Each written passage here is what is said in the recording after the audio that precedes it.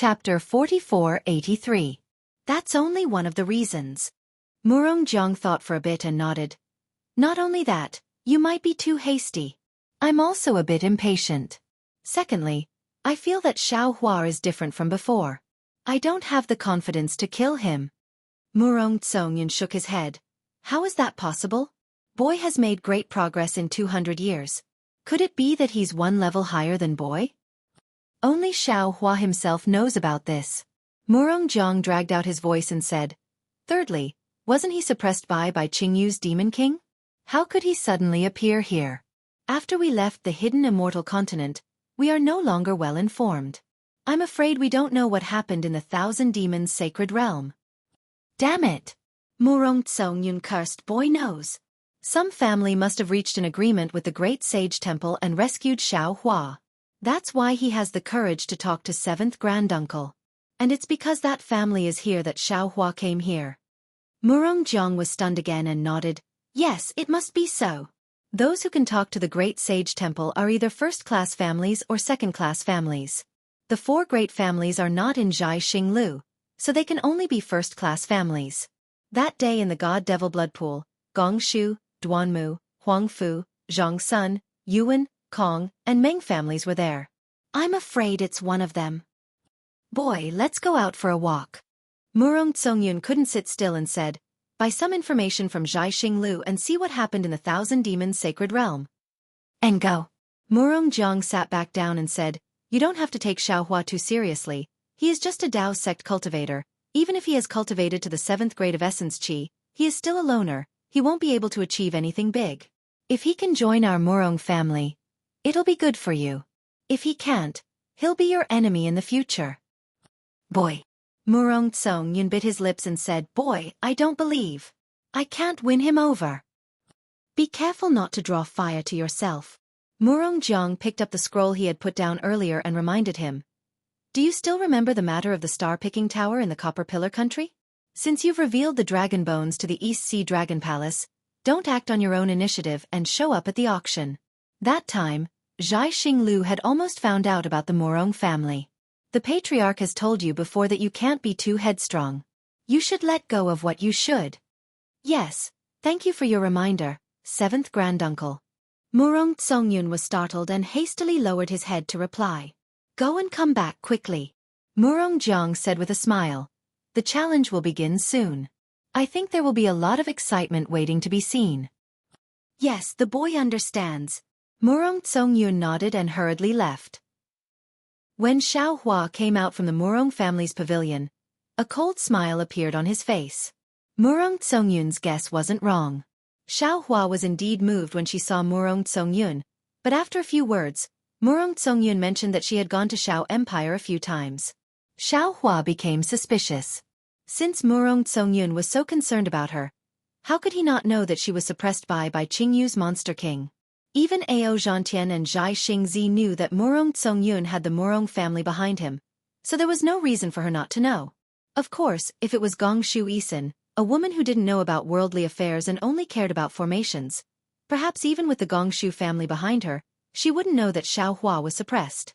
However, Murong Zongyun wanted to stand out in the Murong family, so how could she not care about the news of the 3 continents?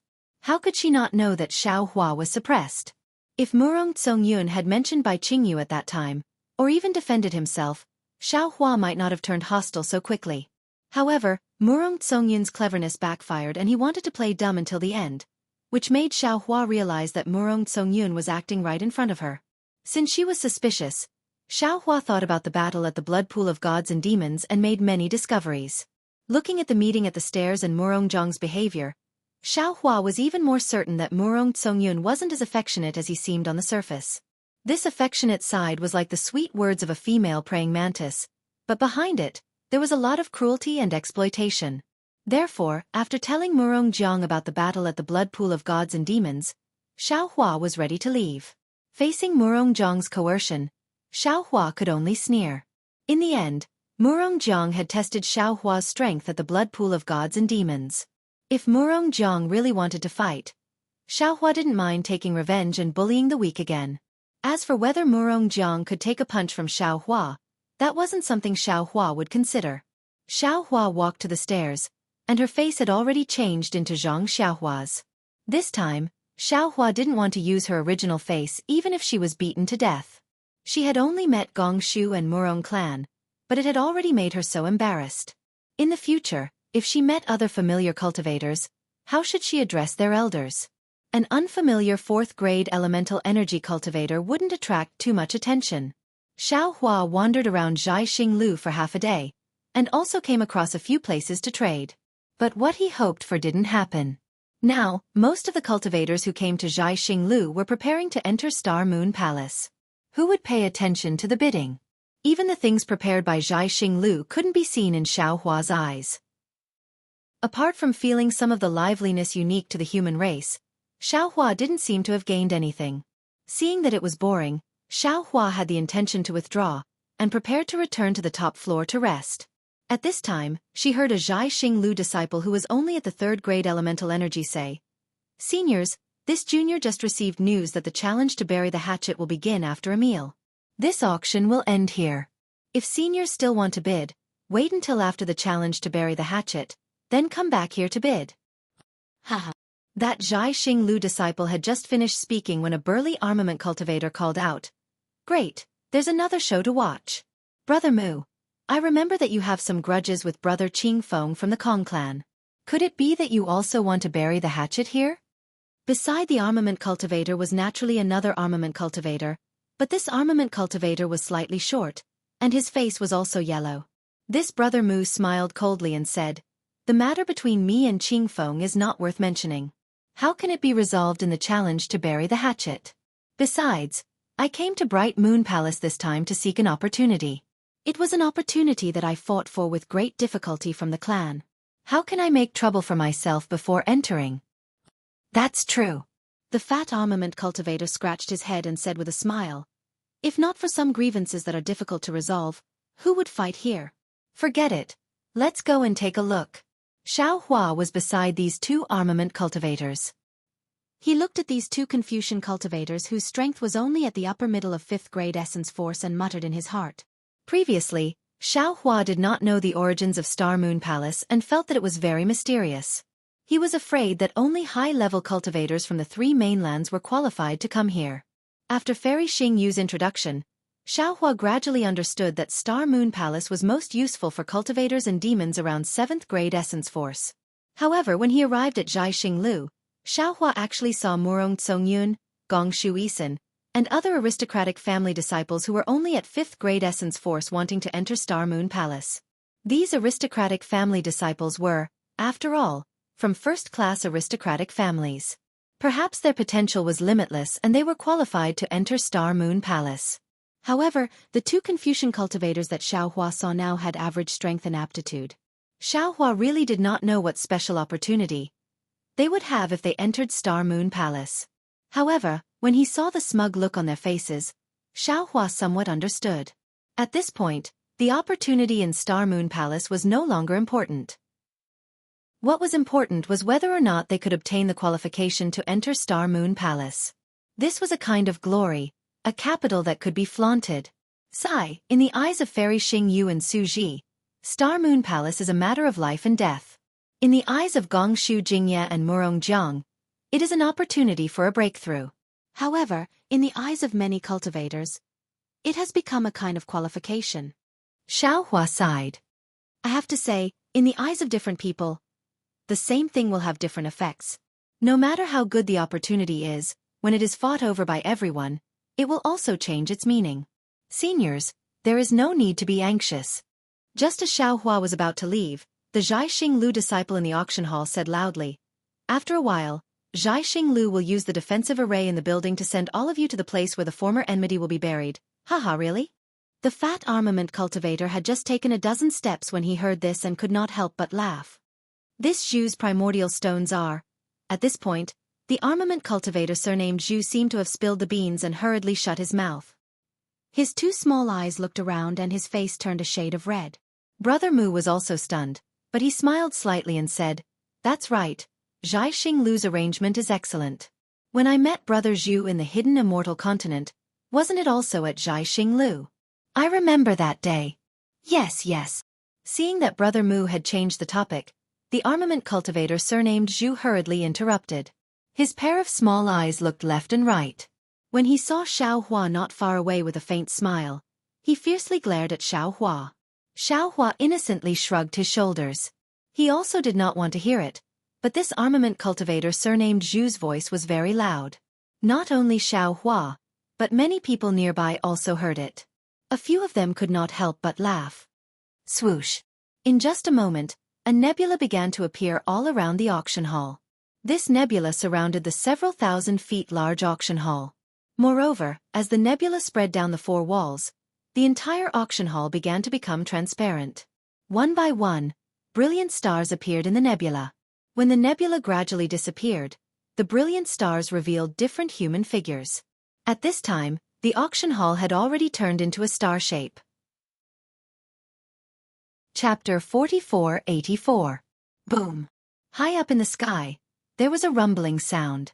Rings of light that were more dazzling than ordinary stars appeared. These rings of light were a few miles in size and rapidly expanded, enveloping an area of 100 miles. At this moment, streams of divine senses, elemental senses, and even more clear sight lights were scanning the entire starry sky. It seemed a little chaotic. Gotcha! There was another rumble of thunder. The rings of light began to turn transparent and huge subbodies appeared from within.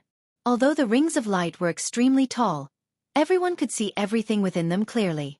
Those subbodies were Murong Jiang, Gongshu Jingye, and the other martial grandmasters who were around the 7th grade of elemental power.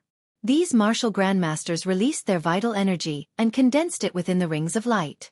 Layers of confinement fell from the sky like city walls, enveloping the entire starry sky. The messy divine senses and clear sight lights from before were immediately swept away.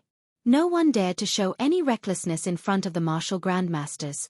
Xiao Hua stood on a star that was slowly rising. He squinted his eyes and looked at the martial grandmasters within the rings of light. The rings of light were huge and there were many martial grandmasters. Xiao Hua scanned with his eyes and knew that there were close to 200 martial grandmasters. This meant that there were close to 200 martial grandmasters who came to Zhai Xinglu to prepare to enter Xingyue Palace.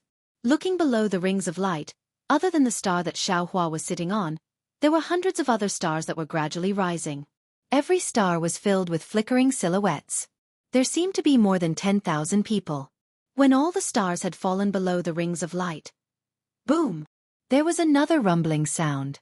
In the middle of the rings of light, a full moon appeared out of thin air. The moonlight was like water, and a woman with picturesque features and dressed in palace attire flew out like a fairy. This woman was not as beautiful as Princess Baihua, but under the moonlight and starry sky, she had a unique charm. Almost everyone's gaze landed on her face, and they remained silent for a long time. I am Nan Huayue. Greetings to all the seniors. The woman landed and bowed to the martial grandmasters within the rings of light. Under the orders of my palace lord, I am here to help all the martial grandmasters bury the hatchet. Very good. A proud voice sounded from within the halo. Xiao Hua looked over and saw a man with a simple face and thick eyebrows. First, the various aristocratic families hosted the challenges. Although it was somewhat legal, I always felt that it was unfair. Ever since Zhai Xinglu hosted the challenges, the situation has improved a lot. Today, this old man is very satisfied with the starry sky arena. Please thank the palace lord on behalf of the Duanmu aristocratic family. Nan Huayue replied respectfully. I understand. I will definitely convey seniors' gratitude. All right, we don't need to say any more. The disciples of the aristocratic families all know the rules of the challenge to bury the hatchet. Before entering the Star Moon Palace, it's good to let these little kids stretch their muscles and bones. Gongshu Jingye opened his mouth. His voice like thunder. Yes, this old man hasn't seen so many aristocratic families' disciples gather together to exchange pointers for many years. I wonder how many outstanding disciples have emerged after so many years. Today, I really want to broaden my horizons. A young man in luxurious clothes said with a smile on his face. Duanmu Lianheng raised his head and looked at the man in luxurious clothes opposite him. He said disdainfully, Brother Meng Cheng, this is a challenge to bury the hatchet. It's not a ranking battle for your Meng clan. If you don't have any grudges, there's no need to step forward. Brother Meng's words. will cause some unnecessary misunderstandings. If there are some disciples who are as competitive as Brother Meng and want to stand out in this challenge, it will affect our plans to enter the Star Moon Palace. Why? Brother Duanmu seems to want to settle the personal grudges between us here? The Meng clan's great grandmaster Meng Cheng did not show any weakness.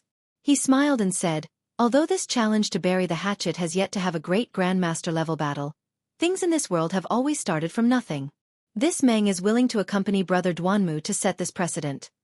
The words of an important figure had always been a necessity in some situations.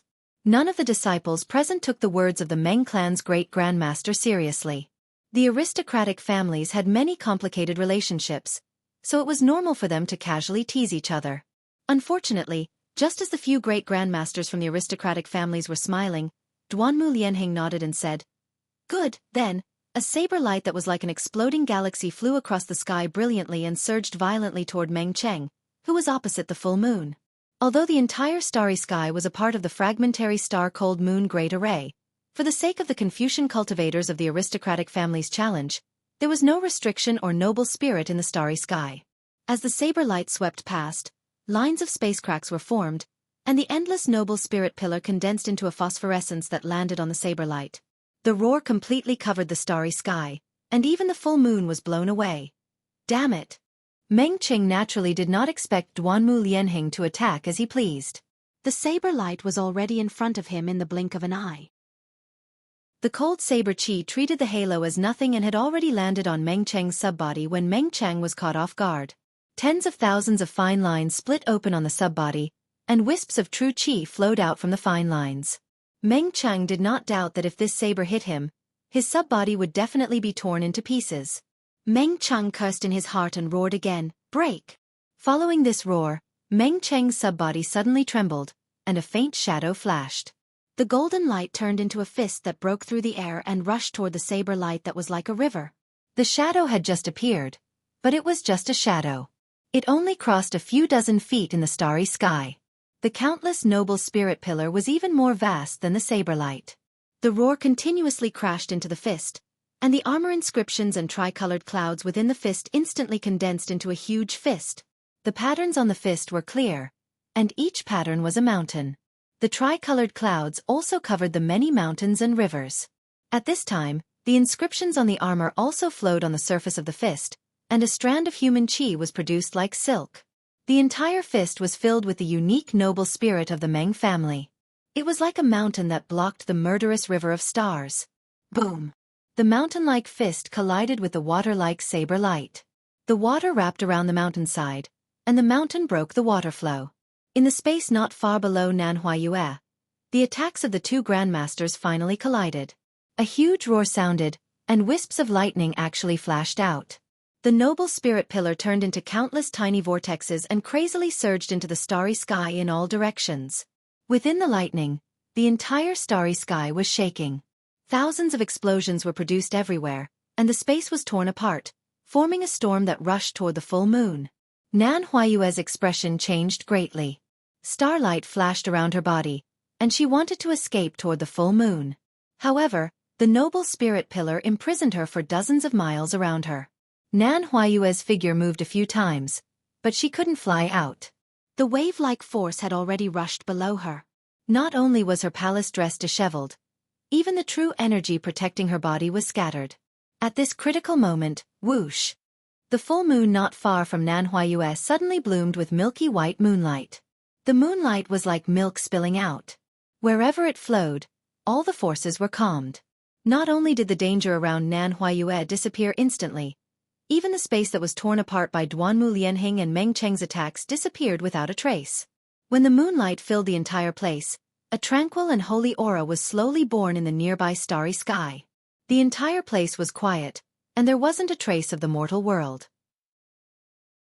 Everyone seemed to be intoxicated in the moonlight paradise. Senior Duanmu, Senior Meng. Nanhuayue suppressed her panic and said with a smile, "If the two of you want to participate in the challenge to bury the hatchet, it's naturally possible. However, you still need to report to me. Otherwise, wouldn't it be improper? Haha, we're all boorish people. We've truly disturbed the fairy." Meng Cheng was the first to speak, and he said with a smile, This old man apologizes to the fairy in person. Hearing Meng Cheng's gentle and refined voice and his lukewarm tone, how could the boorish person he spoke of be himself? He was clearly mocking Duanmu Lianheng. However, Duanmu Lianheng also snorted coldly and didn't reply. Gong Shu Jingyi smiled and said, "This old man heard that the Duanmu family was going to put on a good show today, but I didn't expect that the main character wouldn't appear, and Brother Duanmu would actually be a walk-on. This old man really doesn't understand. Are they trying to put on a show of strength? Or does Brother Duanmu really want to spa with Brother Meng Cheng?" Another voice sounded from afar, and he said with a smile, "That's right. If Brother Meng Cheng and Brother Duanmu fight, I'm afraid we'll have 2 fewer opponents entering the Star Moon Palace. Why wouldn't we be happy? Hurry up. Seniors." Nan Huayue pursed her lips and said with a smile, "Duanmu and the 2 seniors from the Meng family are just joking with me. You don't have to take it seriously. Seniors, if it's possible, can we bury the hatchet and start the challenge now?" "Yes, let's start." Duanmu Lianheng's voice sounded slightly cold.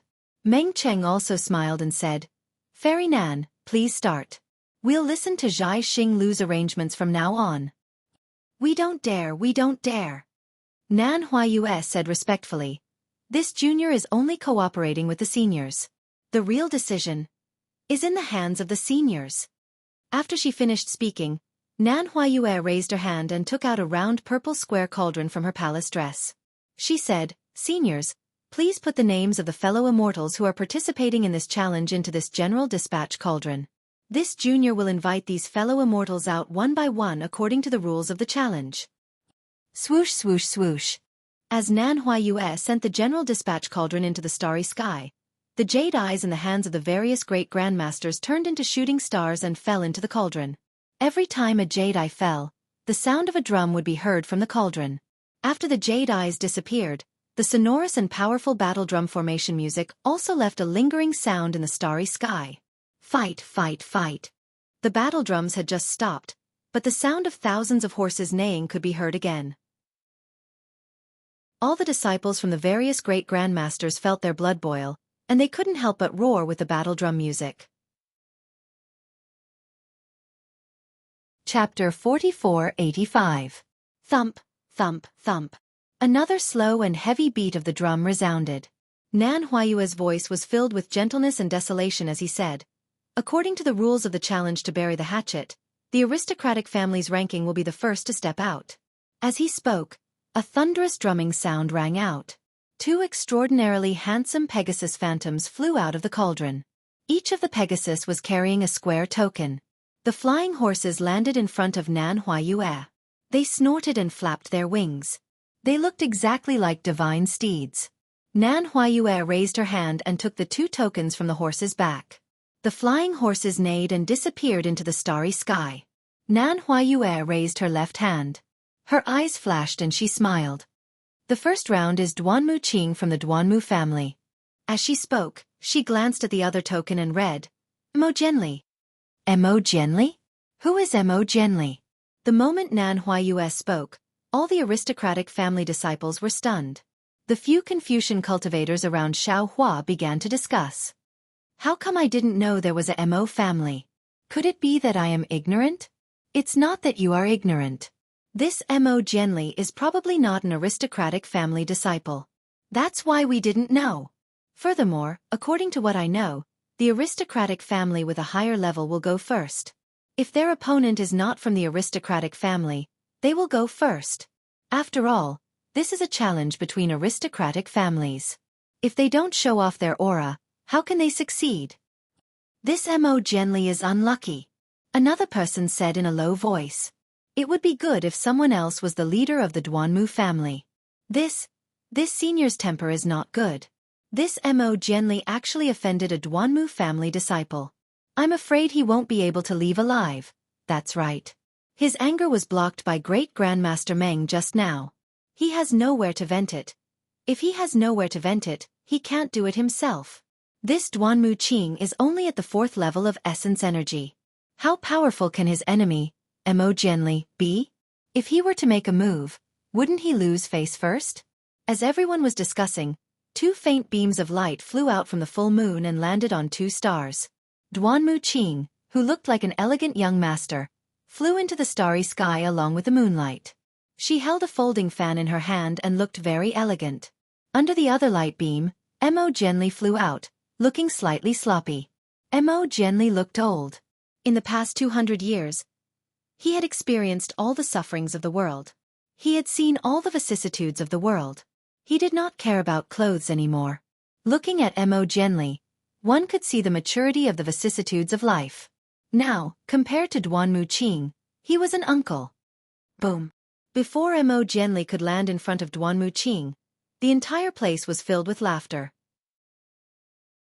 That Meng Cheng even shouted, "The disciples of the Duanmu family are really not making any progress. A Zhongshe disciple actually can't get along with a literary master. If this was my Meng family, I would have killed him with a single slap." Haha. Amidst the roaring laughter, there was another wave of laughter. The Meng family's disciples all echoed. Inside the halo, Duanmu Lianheng's face was ashen. His two eyes stared at Duanmu Qing's back and anger rose in his heart. Duanmu Qing was from a side branch of the Duanmu family. Duanmu Lianheng originally did not care about it. However, Duanmu Qing mentioned that Xiao Hua was a Dao cultivator that the Duanmu family wanted to kill. Furthermore, Duanmu Qing was also a disciple of the Duanmu family. Duanmu Lianheng casually allowed her to participate in the challenge to bury the hatchet. However, Duanmu Lianheng did not expect that he would draw Duanmu Qing in the first round. Furthermore, the opponent that Duanmu Qing made the vow to was not Xiao Hua, but a literary master. Although he knew that there was something fishy going on, this joke was obviously over. Mo Genli was originally a little terrified. However, when he heard the roaring laughter of the crowd, the unyielding spirit in his heart rose again. He swept his gaze across the crowd. Although he could not see many faces clearly, he was sure that the reason why he was displaced was definitely due to the pressure exerted by some of these disciples. The destruction of the Chongyun sect was also the result of these disciples in action. What did he have to fear when facing them? Only he had the advantage of suppressing them. Thinking of this, Mo gently straightened his back slightly. This straightening was like a sharp sword, like a beautiful jade horsetail whisk. The accumulation of over 200 years exploded at this moment. A glowing jade-like divine light shone from Mo Genli's body. Seeing this, how could Xiao Hua not know what was going on? He stopped moving and looked at Mo Genli with interest. If the previous Mo Genli was Wen Chu's disciple, he would naturally not be qualified. However, the current Mo Genli was probably barely qualified. Mo Genli. Duanmu Qing saw Mo Genli fly out and kept the folding fan in her hand. She smiled and said, "You really came out? Where's Xiao Hua? Did he stand you up?" "Since I made the vow with you, then I naturally came out. If you want to fight with Senior Xiao, then you can stand here and not leave." Mo Genli did not have the previous uneasiness and said to Duanmu Qing, who was at the 4th grade of elemental energy. Duanmu Qing's face was filled with awkwardness. She did not dare to reply casually. She looked around and did not see Xiao Hua's shadow. She said, "If Xiao Hua does not dare to come out, you are also not my opponent. How about this? You apologize to me on behalf of Xiao Hua and this challenge will end here." "No way." Mo Genli shook his head and said, "What Senior Xiao did was not wrong. Why should he apologize to you? If we talk about the matter itself, you should be the one apologizing. Of course, since it is a challenge to let bygones be bygones, there is no point in saying all this. I accept the challenge from the aristocratic families." Mo Genli finished his sentence in one breath. Duanmu Qing was so angry that she almost fainted. Because at this moment, he had no way of explaining anything. He had already become a profligate son who used his power to bully others. "All right." Duanmu Qing nodded and said, "Since that is the case, I will fulfill your wish. If Xiao Hua does not come, I will fight with you." "What if Senior Xiao comes?" Mo Genli said sarcastically, "Are you going to be a coward?" Mo Genli. Duanmu Qing was completely enraged. She roared angrily, "This is a challenge to let bygones be bygones. Don't show off your filthy words. Are you going to fight, or not?" "I don't care."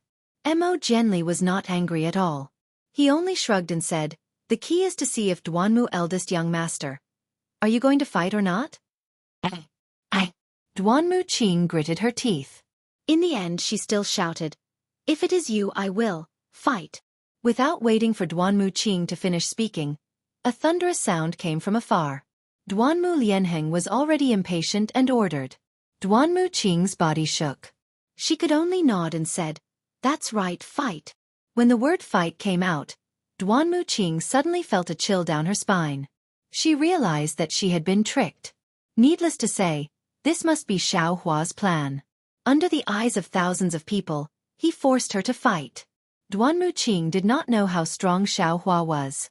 Just based on Xiao Hua's cultivation, Duanmu Qing was not afraid. However, the problem was that even Gong Xueqi Xian had to call Xiao Hua senior. How would he dare to fight Xiao Hua? Sure enough, just as Duanmu Qing's voice landed, a figure appeared indifferently. Under his feet was a cloud and he flew out from one of the stars. Seeing Xiao Hua's thin and tall figure, Duanmu Qing immediately looked like she had lost her father. Her face was pale and her eyes were spitting fire as she stared at Xiao Hua. If looks could kill, Xiao Hua would have died 100 times. Senior Xiao. Nan Huayue opened her mouth in surprise. Previously, when she heard Duanmu Qing mention Xiao Hua's name, she had some doubts. However, she did not expect that a mere scholar realm cultivator would dare to offend a human Mahayana realm cultivator. However, Nan Huayue only opened her mouth and did not say anything else. She was afraid that she would disrupt Xiao Hua's plan. Of course, she also did not think that Xiao Hua would really attack Duanmu Qing. Sure enough, Xiao Hua flew to Emo Zhenli's side and said with a smile, "This Xiao is here. You should obediently be a coward." Haha. Another wave of laughter rang out. Duanmu Qing's face was incomparably ashen. However, after the laughter, there was also a lot of discussion. Good heavens, who is this cultivator? How can he be so arrogant? It's actually a Taoist cultivator? It looks like he's just a Yuanying realm cultivator of the 4th grade? Nonsense, if he's a Yuanying realm cultivator of the 5th grade, would you still be able to see him here? No, a Yuanying realm cultivator is on par with Duanmu Qing. How can he force Duanmu Qing into such a sorry state?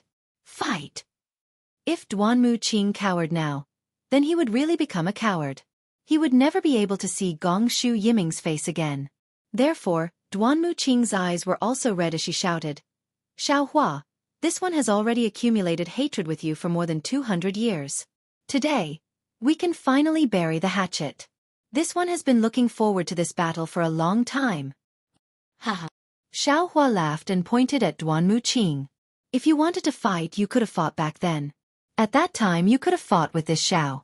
Perhaps in the future, there wouldn't be the Duanmu clan's kill order. However, at this time, you are no longer worthy to fight with this Xiao." Kill order? What is going on? Another person asked loudly. Xiao Hua did not need to turn his head to know that this was a disciple of the Meng clan. Naturally, there's no need to talk about such filthy things under the moonlight. Xiao Hua said with a smile, "Besides, this Xiao is a person of noble character. I have long forgotten about such things." Haha, good Taoist Xiao. Hearing Xiao Hua slander the Duanmu clan, the Meng clan disciple immediately gave Xiao Hua a tall hat. Taoist Xiao?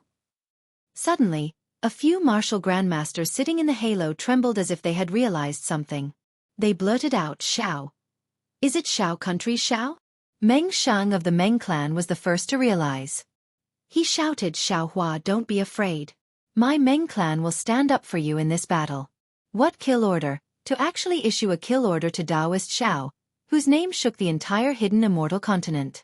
You don't even have the most basic conscience. What qualifications do you have to sit here and call yourself a Confucian clan? Chapter 4486. Damn it. Duanmu Lianheng cursed a few times. He really did not think so much. Moreover, the kill order was something that happened before the God-fiend blood pool. It had nothing to do with the Xiao Empire later. Hee, thank you for your high opinion of me. Xiao Hua smiled and raised his hand to signal to the surroundings. I don't need your help to deal with the Duanmu family. If I need your help in the future, I will definitely ask. Hee. Duanmu Lianheng could no longer endure and laughed coldly. I want to see how a Daoist cultivator will deal with my Duanmu family. Duanmu Qing, fight. Yes, the boy knows. Duanmu Qing was forced to do something beyond her ability. She clenched her teeth and said, I would rather die than live in dishonor. You think too highly of yourself. You are just a pile of rubble. Xiao Hua said indifferently. You are not worthy enough to fight with me. As he spoke, Xiao Hua said to Mo gently, Gently come back. Yes, senior. Seeing Xiao Hua standing there, looking down on the disciples of the aristocratic families as if they were nothing, Mo gently was convinced and flew back to Xiao Hua's side. Humph. Duanmu Qing snorted coldly. If I don't try, who knows if you are talking nonsense? As she spoke, the tricolored qi around Duanmu Qing's body surged. Streams of awe-inspiring qi flew out from the void and collided with his body.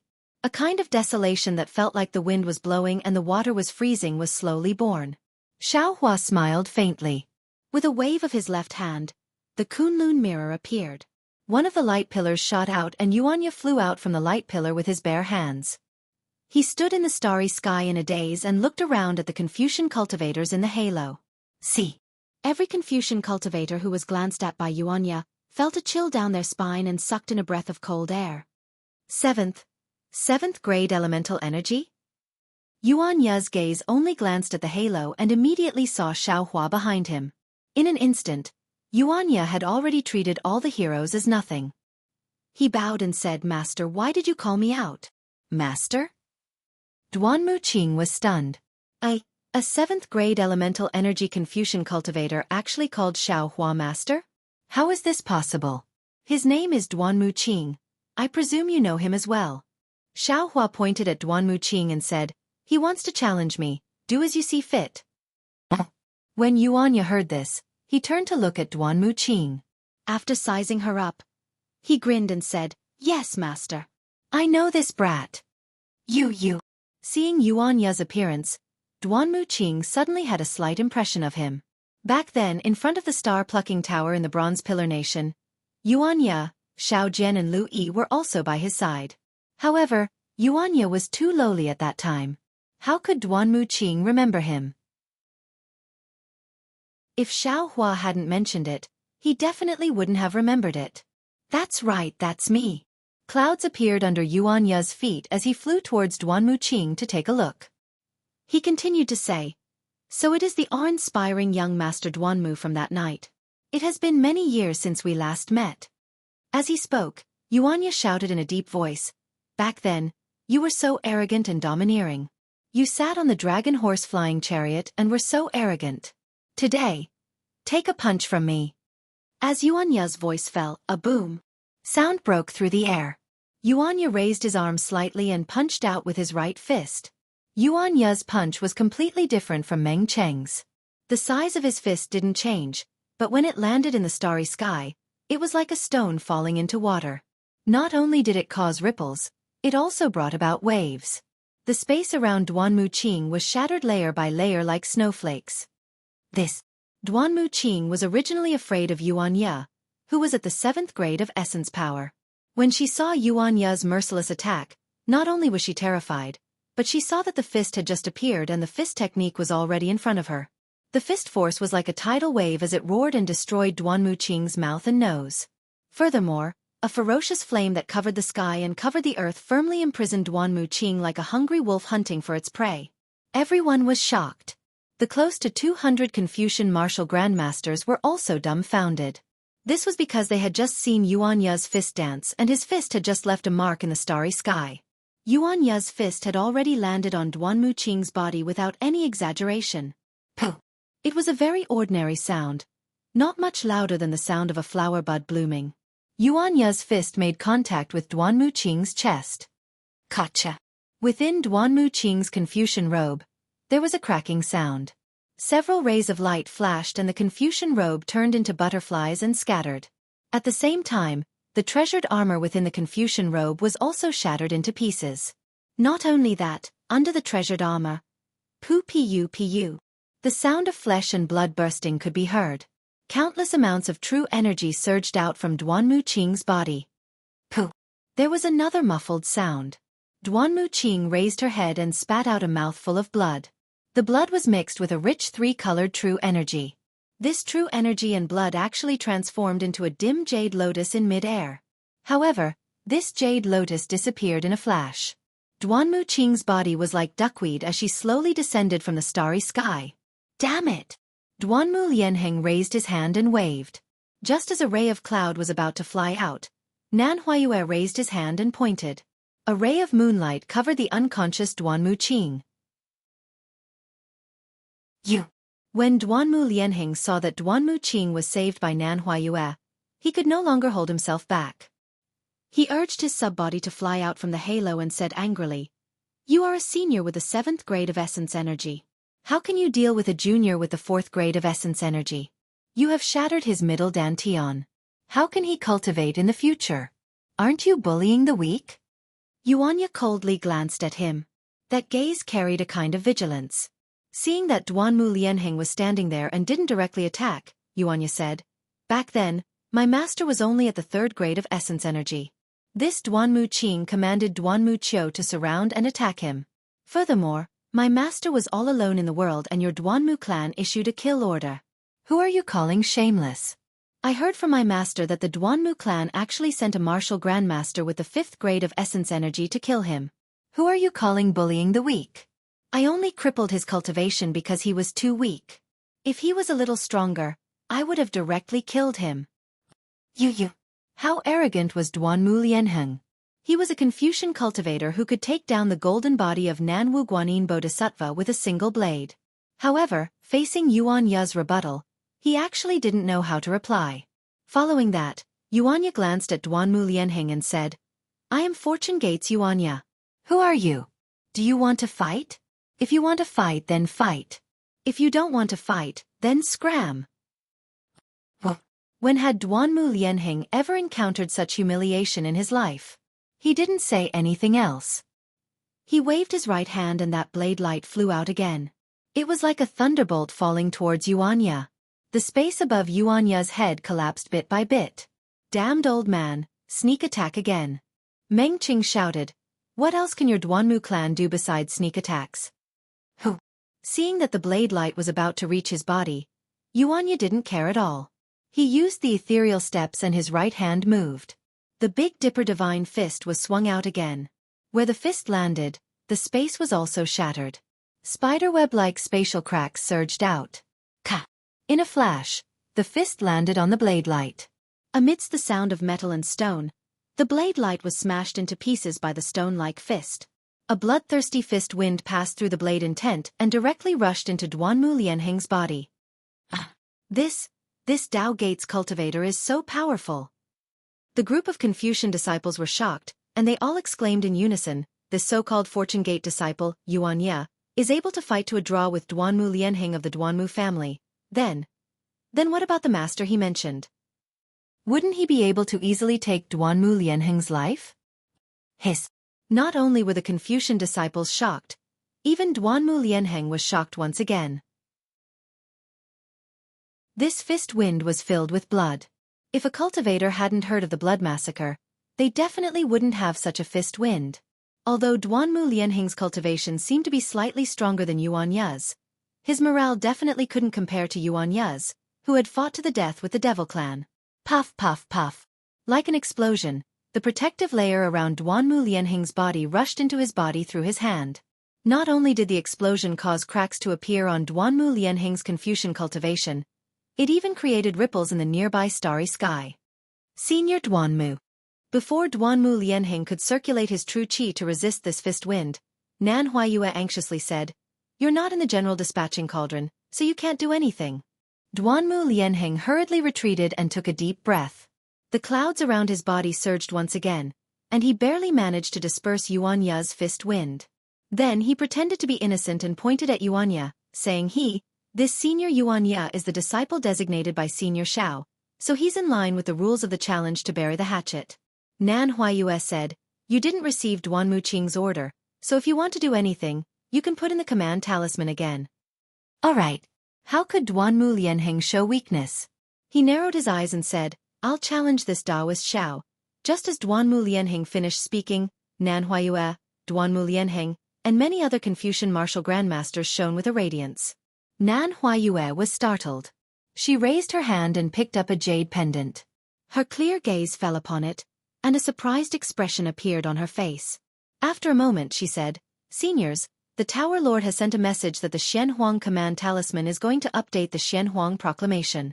Junior remembers that all the seniors have bid for the Xianhuang Proclamation from Zhai Xing Lu presumably. It was the Tower Lord who sent the message to all of you. If it's possible, Junior will announce the Xianhuang Proclamation here?" "All right." Meng Chang clapped his hands and smiled. "After reading the Xianhuang Proclamation, we'll see how Duanmu Lianheng sneak attacks Daoist Xiao." "Shut up!" Duanmu Lianheng roared. "Meng Chang, if you're not convinced, you can come down and fight." "Can you wait until this old man comes down?" Meng Chang smiled and said, "You'd better think about how to deal with this Fortune Gates disciple after the Xianhuang Proclamation is updated. If there are no objections, Junior will announce the new Xianhuang Proclamation on behalf of my Zhai Xing Lu." Nan Huayue looked at everyone and asked.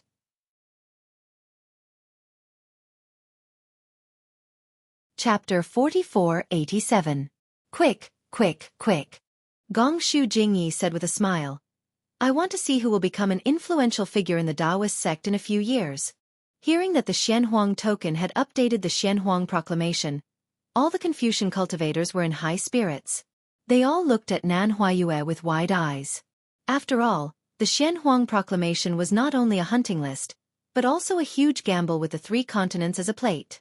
All the Confucian cultivators wanted to get some excitement from the Xianhuang Proclamation.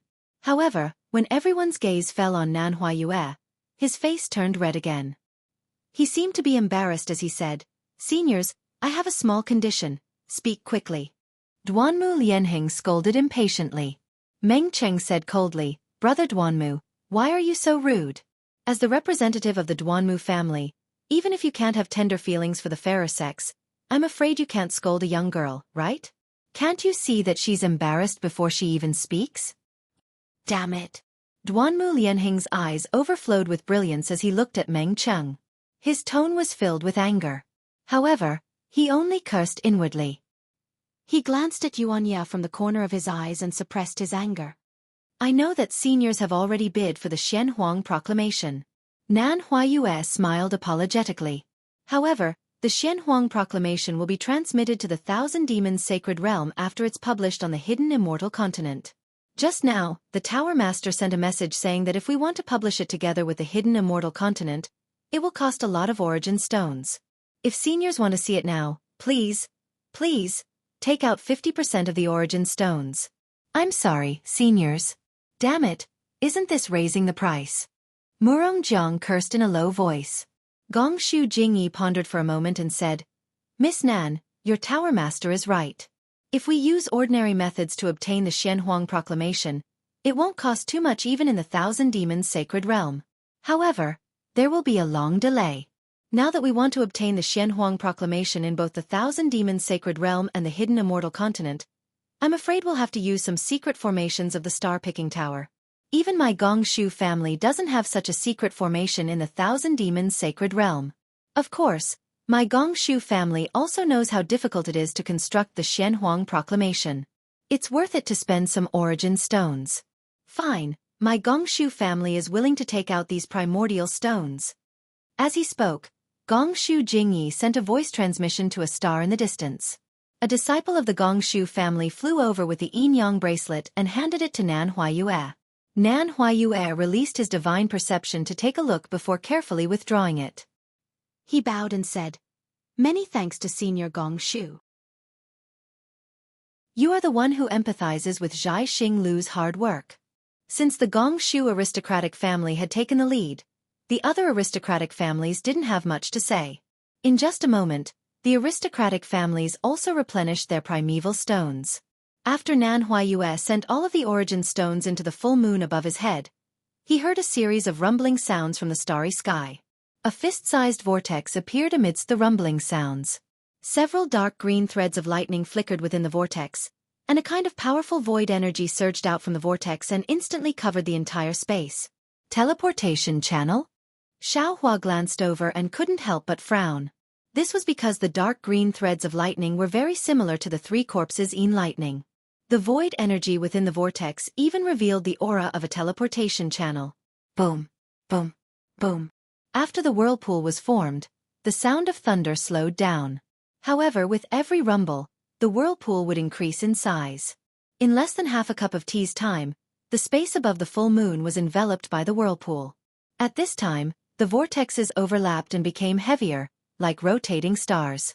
An incomparably vast aura came from the vortexes, and between the vortexes, the strands of lightning that were like hair before were now like horned dragons. These lightning bolts were connected to different vortexes, and as they flickered, they seemed to have the power to destroy the world. Other great masters might not have felt anything, but Gongshu Jingye's eyes flashed with silver moon pupils, and his face showed astonishment. The Gongshu family had always been famous for their arrays, and Gongshu Jingyi was also an array master. However, he had never seen the Gongshu family build such a huge defensive array. Moreover, in his silver moon pupils, he didn't see any trace of a defensive array at all. He didn't even see the Dhamma power of an ordinary Taoist array. No wonder Zhai Xinglu is so powerful. Gongshu Jingyi thought to himself in surprise. Just from this inexplicable array, I can see how extraordinary Zhai Xinglu is from one side. Not to mention my Gongshu family. Even the four great families might not be able to build such an array in the Thousand Demons Sacred Realm to directly receive the news of the Xianhuang token updating the Xianhuang list, right? Gongshu Jingyi was surprised, and so were the other great masters of Confucian cultivation. The disciples of Confucian cultivation who were on many stars were already drunk. Previously, everyone thought Zhai Xinglu was taking advantage of the situation and wanted to collect more vitality stones. However, when they saw such a huge array for the purpose of sending messages, none of them felt that the vitality stones they had spent before were in vain. Boom, boom, boom. Just as everyone was waiting, the vortexes of different sizes roared again.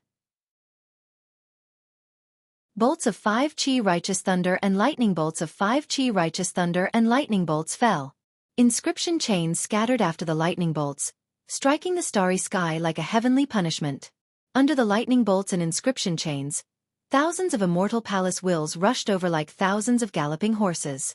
The space under the vortexes was swept clean, leaving only the awe-inspiring chi. Then, waves of green water rushed in. The green water carried the immortal palace's string music. Under the cover of the water, immortal beasts and birds, as well as immortal palace pavilions and beautiful immortal palace buildings, appeared. Many disciples of Confucian cultivation families were mesmerized. Roar! Just as everyone was mesmerized, a dragon's roar sounded. The tens of thousands of palaces shattered, and thousands of hectares of greenery collapsed. A huge black dragon flew out of the debris. When the black dragon rushed high into the sky, roar! Another tiger's roar sounded, and an earthy yellow tiger roared out. The dragon soared and the tiger leaped. Gotcha! The 5 chi righteous thunder struck out of nowhere, and the black dragon turned into a black list. The list was faintly surrounded by dragon shapes. The yellow tiger naturally turned into a yellow list, and there was a tiger shape at the bottom of the list. Great! Dozens of disciples of Confucian cultivation families on the stars couldn't help but cheer. This awe-inspiring chi was the immortal palace's chi righteous chi. Boom, boom, before the disciples could cheer, 2 more thunderbolts struck the top of the 2 lists. Under the thunderbolts, not only did the 4 ancient inscriptions of Profound List and Yellow List appear on the 2 lists, but a solemn, dignified and mighty aura gushed out from the 4 characters and filled the entire space. Humph! Xiao Hua looked at the appearance of the Profound Yellow List and couldn't help but snort coldly. He inwardly criticized, although this chi righteous chi looks grand, it's actually strong on the outside but weak on the inside. It's just a list. It's just borrowing the name of the immortal palace to increase its own prestige. Swoosh! The Profound Yellow List was revealed, and thousands of clouds gushed out from the void. Those clouds floated over the Profound Yellow List, and like dots of ink falling down, blood-colored names appeared on the Profound Yellow List one by one. The first name on the Profound List was Grand Mist Ancestor of the Great Desolate Mountain, the second was Lianghui Mountain Taoist Master, and the third was Dark Knight of the Burning Glass Pool. These 3 Taoist cultivators' names were huge, but the names behind them were much smaller. Among them, Zhai Xingzi, Zhang Daoran, and Sun Kong Shangren, who Xiao Hua was familiar with, were also ranked 71st, 79th, and 82nd respectively. Overturning Heaven Shangren was ranked 53rd. Ao Zhantian and Xue Mingzi were not on this profound list. Sigh. Xiao Hua's gaze fell, and he couldn't help but frown. The Taoist cultivators above the 4th level of origin power are listed on the profound list. There are a total of 108 of them. So many cultivators above the spirit severing stage. How come I don't know so many of them? It seems like the hidden immortal continent is really full of hidden dragons and crouching tigers. Xiao Hua deliberately looked at the last few names on the profound list, because in his impression, he should be ranked first on the yellow list before he entered the Dragon Island. And he killed the assassin of the mysterious Yellow Order, so he should be ranked on the profound list. Sure enough, 200 years was enough to erase a lot of memories. His name didn't appear on the profound list, so no one knew that Xiao Hua was once ranked on the profound list. After looking at the profound list, the yellow list also appeared in the multicolored light. 360 bloody names appeared in front of everyone. The first one was Taoist Master Qing Su of the Great Song Mountain Range. Soaring Dragon Mountain Range's Xueqi, Soaring Dragon Mountain Range's Li Xiang, and His Highness Lan of the Soaring Dragon Mountain Range were ranked 67th, 81st, and 107th respectively. As for Chong Yu of the Soaring Dragon Mountain Range, he was ranked 304th because he was only at the early nascent soul stage. Xian Ping, Su Tingzi, and the others were not on the profound list. Xiao Hua had seen the other Taoist cultivators on the Yaotai Mountain before, but Xiao Hua didn't know most of them. After the multicolored light faded, the profound list and the yellow list gradually returned to normal. Those bloody names seemed like a mocking smile, and even more so, it seemed like they were looking at the numerous Confucian cultivators with desolate eyes. Murong Jiang, who was in the distant halo, asked in a low voice. This old man remembers that Xiao Hua was ranked last on the previous profound list. Why is there no trace of him here? I'll let Senior Murong know. Nan Huayue said in a low voice. Junior checked the profound list before. Senior Xiao was once on the yellow list, and later on, he was ranked on the profound list. Then, for some unknown reason, he disappeared again. Xiao Hua. I remember now.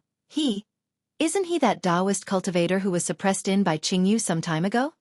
Another great grandmaster from a Confucian family asked curiously. Since he has been suppressed, he will naturally disappear from the profound board. That Confucian martial grandmaster naturally said what the majority of the Confucian cultivators were thinking. The entire halo once again returned to normal. Everyone seemed to be pondering why Xiao Hua suddenly left by Qingyu, and also seemed to be waiting for the profound list to be updated.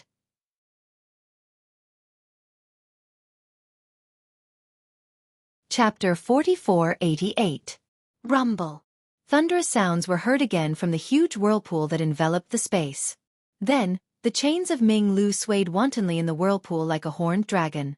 A feeling that Ming Lu couldn't escape arose from the bottom of everyone's heart. Whoa. Amidst the rumbling, the 9-colored clouds surged out. Suddenly, a strange whistling sound came from the clouds. The clouds shrunk rapidly, and a bloody light appeared in the vortex.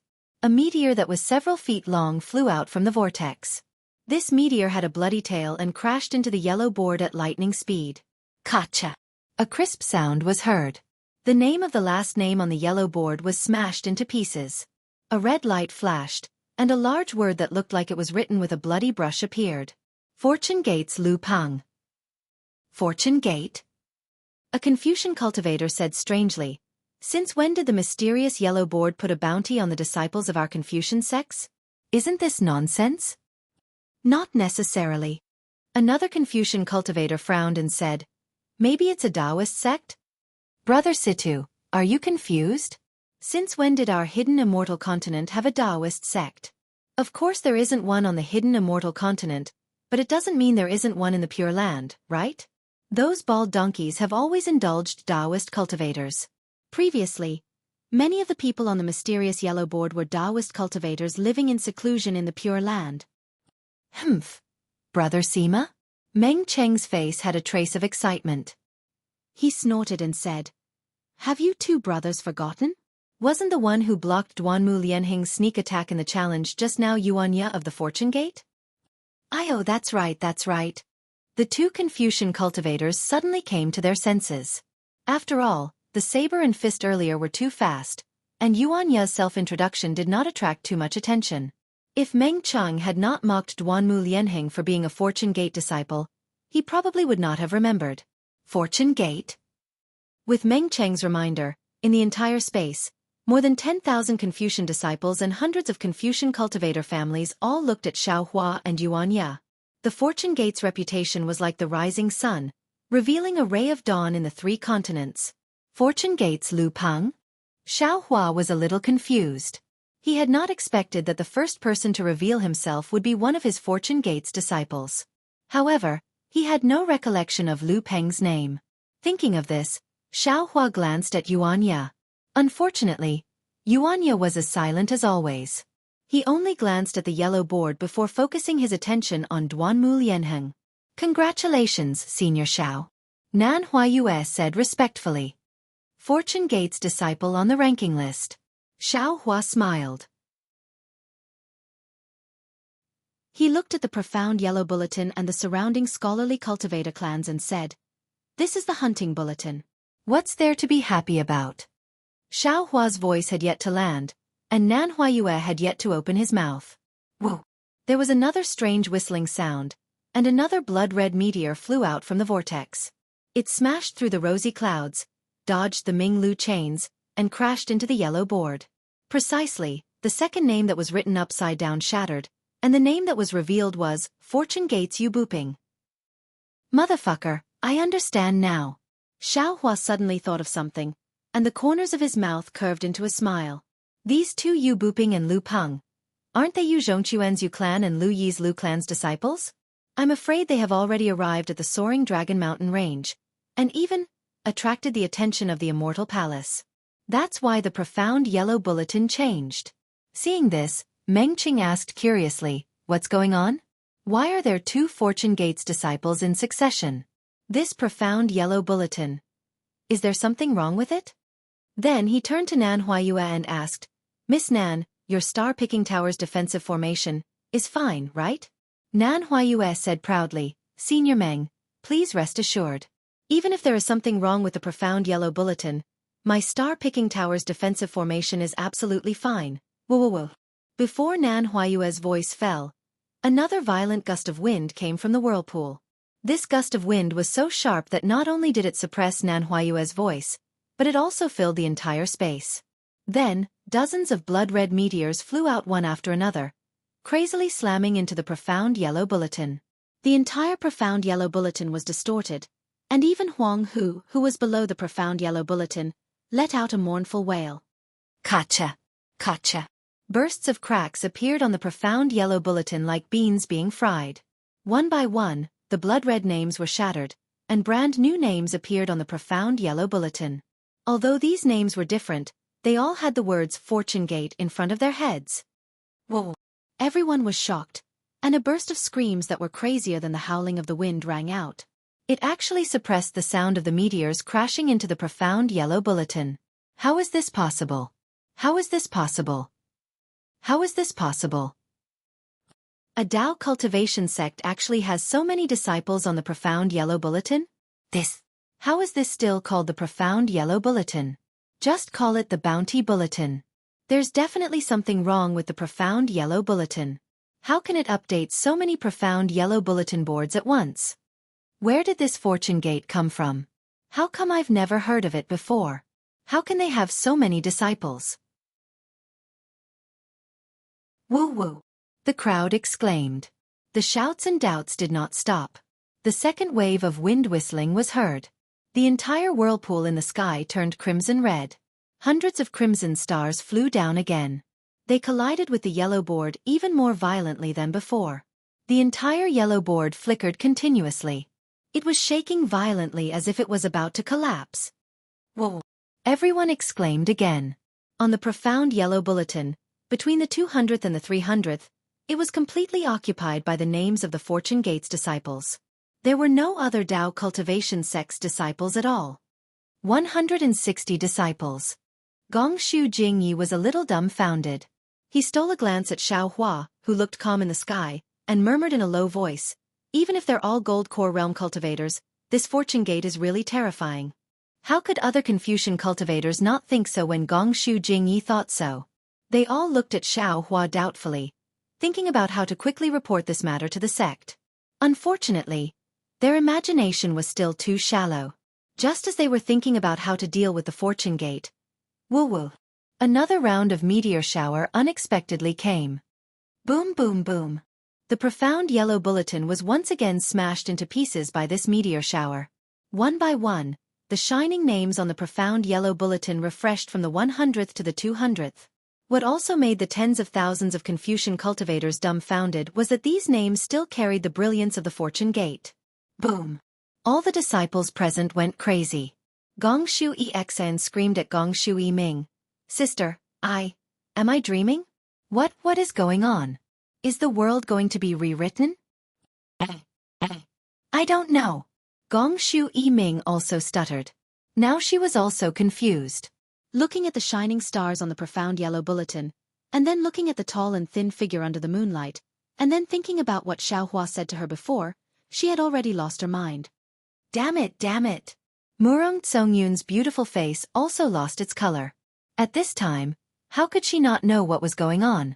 Not only did she regret that she thought herself clever, but she also regretted that she didn't catch this little cultivator with infinite potential. 260 disciples. Murongzhang's face was ashen, and he whispered, even if they are all Golden Core disciples, it is definitely the biggest sect in the last 100,000 years. Unfortunately, Murongzhang's heart was very clear that he was just deceiving himself. If it were only Golden Core disciples, the Profound Yellow Order wouldn't have sent them to the Profound Yellow Bulletin. Among the 260 disciples of the Fortune Gate, at least half of them were nascent soul disciples. In other words, the Fortune Gate had a total of 130 nascent soul disciples. This was absolutely beyond Murongzhang's imagination. However, there was only more astonishment, but no more astonishment. Today was destined to shock the Profound Yellow Order, the Immortal Palace, the entire hidden immortal continent, and all the scholarly families. Woo-woo. Nearly 100 red meteors flew out. This time, although the number of Fortune Gate's disciples was less than 100, these 100 people once again disrupted the top 100 rankings of the Yellow Bulletin. The Great Song Mountain's Taoist master Qing Su, who was originally the first on the Yellow Bulletin, was suddenly pushed down to the 90th place. Li Xiang, Xueqi, and Prince Lan, who were previously on the Soaring Dragon Mountain range, were now on the Fortune Gate. Chong Yu's name disappeared, and the other 100 or so names of the other Taoist disciples were also smashed into powder. Xueqi, Prince Lan, and Li Xiang were now in the top 3 of the Yellow Bulletin. Oh, that's good. An unknown scholarly cultivator slightly breathed a sigh of relief and said, "This old man remembers that Xueqi's cultivation is only at the mid-nascent soul stage. Although some of these Fortune Gate's disciples are already at the nascent soul stage, they have just stepped into the nascent soul stage. Even if they are only at the early nascent soul stage, there are 300 nascent soul disciples. Isn't this too terrifying?" Another scholarly cultivator said. Meng Cheng's face revealed an indescribable expression as he coldly said, "Two brothers, this old man doesn't know what cultivation Xueqi is at, but this old man knows that the Taoist master Qing Su is already at the late nascent soul stage. He only needs a little bit of luck to step into the leaving aperture stage of the 5th level of origin force. How can he be ranked at the 90th place?" So, Murongzhang said in a deep voice, "Are the 80 Fortune Gate's disciples in front of Taoist master Qing Su all at the late nascent soul stage?" Murongzhang's gaze swept over Xiao Hua. He knew that if he directly asked Xiao Hua, he would naturally know the answer. Unfortunately, he had already seen Xiao Hua's gradually revealing ferocity. Not to mention him, even if all the scholarly cultivators present stood up and asked Xiao Hua a question, who would dare to say a word? "This old man knows," Gongshu Jingye said, "because Xueqi, Li Xiang and Prince Lan are the Fortune Gate's commanders, they are ranked at the very front."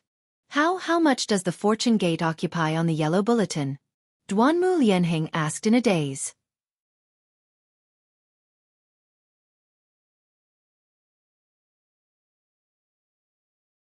Each and every one of their names lit up the Fortune Gate's morning sun like a blazing sun. The brilliance of the scorching sun tore apart the Xian Bulletin and occupied nearly 60% of the positions. The updating of the Xian ranking was somewhat different from that of the Huang ranking. Most of the time, Names were updated one after another, unlike the Huang ranking. Sometimes, a group of names would be updated, and when the top 20 names began to dim, the entire vortex would stop, as if something was brewing. In contrast to the vortex, the entire space fell silent once again. No one was even willing to breathe loudly. Although they still had a shocking idea in their hearts, they still did not dare to believe it and waited quietly for the Bound of Universe token to be revealed. Wang Wang. The vortex finally moved, and a huge profound star flew out from the vortex. The lightning and chains were shattered by this profound star. The profound star streaked across the space, creating a rumbling sound that shook the entire space. The profound dragons surrounding the profound list were somewhat uneasy, and they struggled with all their might, wanting to rush out of the profound list. Boom! The profound star fell, shattering the 20th name, and Fortune Gate's Fujiwen's name was written on it. Ah? Fujiwen? Did the profound yellow list make a mistake? Within the halo, a middle-aged man couldn't help but shout, or maybe it's someone with the same name. My Fu family's Fujiwen should be a Confucian cultivator. How can he be ranked on the profound yellow list? Brother Fu? Don't worry. An old man next to him laughed and said, "This is definitely not your Fu family's Fujiwen. Those who can be ranked on the profound list are all Taoist cultivators, and all of them are above the 5th grade of origin energy. I've seen your Fujiwen before. Although he has some aptitude, it's impossible for him to cultivate to the 5th grade of origin energy in 300 years. Oh right, I haven't seen Fujiwen for a long time. Which Confucian did he become a disciple of?" The middle-aged man laughed and said, "I'm not sure about that. Not to mention Fujiwen, I haven't seen him for nearly 200 years. Even his parents seem to have suddenly disappeared. I haven't seen him for many years." The two men's voices weren't loud, but Xiao Hua heard them clearly. Xiao Hua frowned as he looked at the profound list. He somewhat understood. Just as Meng Cheng said, Fujiwen's cultivation was one of the best among the Fortune Gate's disciples, but he didn't have any descendants. His power on the Shanhua continent was far from the Yu family and Lu family, so he was only qualified to be ranked at the bottom of the profound list. That's not right. Xiao Hua looked at Yuanya beside him and said inwardly, Yuanya is a loner, and his strength can't be compared to Fujiwen. How can he be ranked above Fujiwen? Oh, I understand. The Immortal Palace must have fought with Fujiwen and the others to create this list. Yuanya has always been in the Thousand Demons Sacred Realm, so his name probably isn't on the profound list. While Xiao Hua was pondering, another black star flew out from his mouth and landed on the profound list. The 18th name shattered, and in a split second, it was revealed to the left of the 57th name, and that 57th name was not a Fortune Gate disciple. Fortune Gate's Wang Baifei. Although they knew that this Shen star was most likely a Fortune Gate's disciple, some of the Confucian cultivators on the star couldn't help but exclaim. Even star-picking Lu's Nanhuayue stole a glance at Xiao Hua and asked in a low voice, Senior Xiao, are these two seniors really your disciples? And Xiao Hua didn't hide anything and nodded. He then looked at Mo Jianli and said with a smile, "They're the same as Mo Jianli, but this old man hasn't mentioned it to him yet, so I don't know if he's willing." Mo Jianli had long been fascinated by this scene. He really couldn't believe that the Dao Gates cultivator, who was only a low 4th grade origin Qi cultivator, was now the sect master of a Dao Gate sect. Moreover, this Dao Gates disciple had almost completely refreshed the profound yellow list that the Confucian cultivators were so proud of. What was even more unbelievable was that he had actually become a member of this terrifying sect. Now that he heard Xiao Hua mention him, Mo Jianli hurriedly bowed and said, "Senior's gift really makes this junior fearful. It's this junior's honor to be able to enter the Fortune Gate." Good. Xiao Hua nodded, "As long as you're willing, this profound yellow list will have your name on it sooner or later." Nanhuayue pursed her lips and said with a smile, "Senior Xiao, you've said before that this profound yellow list is the Confucian cultivator's hunting list. What's there to be proud of about being on this list?" Xiao Hua's eyes were like stars as he looked at the profound yellow list high in the sky and said with a smile, "That was in the past. Today, my Fortune Gates disciple is on the profound yellow list. In the future, this profound yellow list will become the heroes list of the 3 continents." Xiao Hua's words were quite heroic. If others heard it, they would inevitably think that Xiao Hua was bragging. However, In Nan Huayue's ears, it was so natural. She didn't doubt that the appearance of the fortune gate would definitely fulfill Xiao Hua's words. Boom. While they were talking, another profound star flew out and shattered the 15th blood-colored name. The blood-colored name flew to the 50th place and reformed. Fortune Gate's Yuanya. When Yuanya's name appeared, tens of thousands of eyes fell on the bare-handed Yuanya, and noisy discussions rose again. This is Yuanya. He's really powerful to be able to be ranked 15th on the profound list.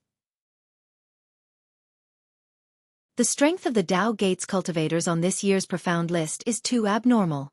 Peak 7th grade origin force is actually only ranked 15th.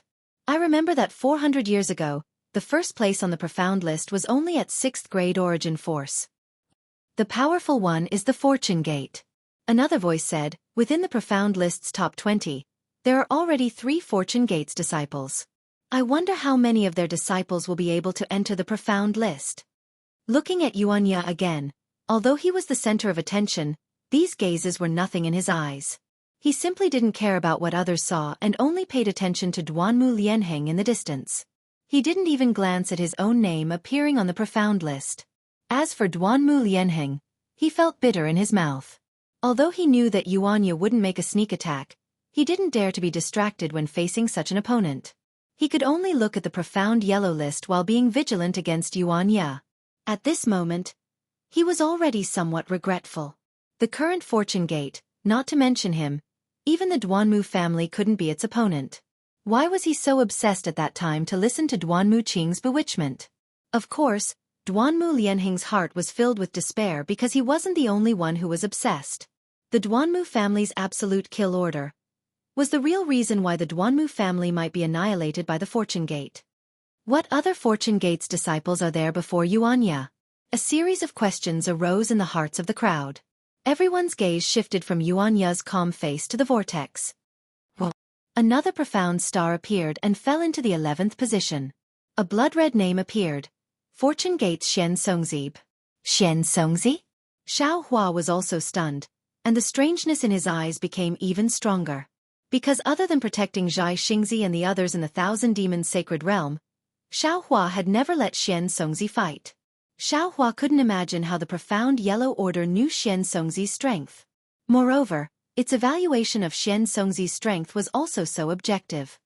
Could it be that His Highness Lan has led the Fortune Gate's disciples back to the hidden immortal mainland? How is that possible? At this moment, a scholarly disciple exclaimed, I know this Shen Songzi. When he was still a Golden Core Realm cultivator, he even tried to befriend me. How many years has it been? How could he surpass 7th grade essence force? P.S. 3 chapters at noon, no updates at night.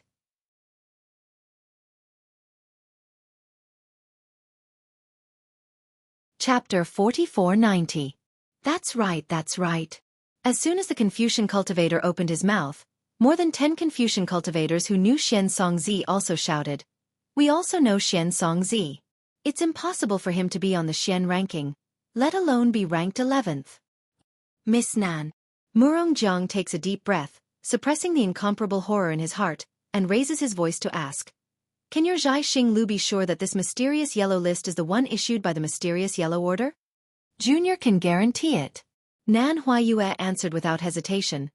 This is the profound yellow proclamation issued by the profound Yellow Order to the entire hidden immortal continent. If Senior Murong doesn't believe me, you can send a message to the Murong family. If any of the names on the profound yellow proclamation are correct, Zhai Xing Lu will return 10 times the source stones. And that's not necessary. Murong Jiang waved his hand and said, I just feel that this profound yellow proclamation has a strange feeling. To be honest, I've lived for so long, but I've never seen such a strange thing. Gongshu Jingye's mood was better than all the other Confucian cultivator families. He clearly remembered that a few hours ago, Xiao Hua gave the 5 brocade cloud painting to Gongshu Yisin and Gongshu Yiming in front of him, and said that he would accept them as his disciples. With this sentence, the Gongshu family had a close relationship with the Fortune Gate. No matter how the 100 schools of thought treated the Fortune Gate, the Gongshu family could advance and retreat freely. Now that he heard Murong Jiang's words, he smiled and said, There's no need to be afraid of the profound yellow proclamation's authenticity. Now that we're in the Thousand Demons sacred realm, it's too troublesome to send a message to the family. When we reach the Chitty River, we'll meet the 4 great families. At that time, we'll just have to ask and we'll know. Indeed. Murongjiang smiled bitterly.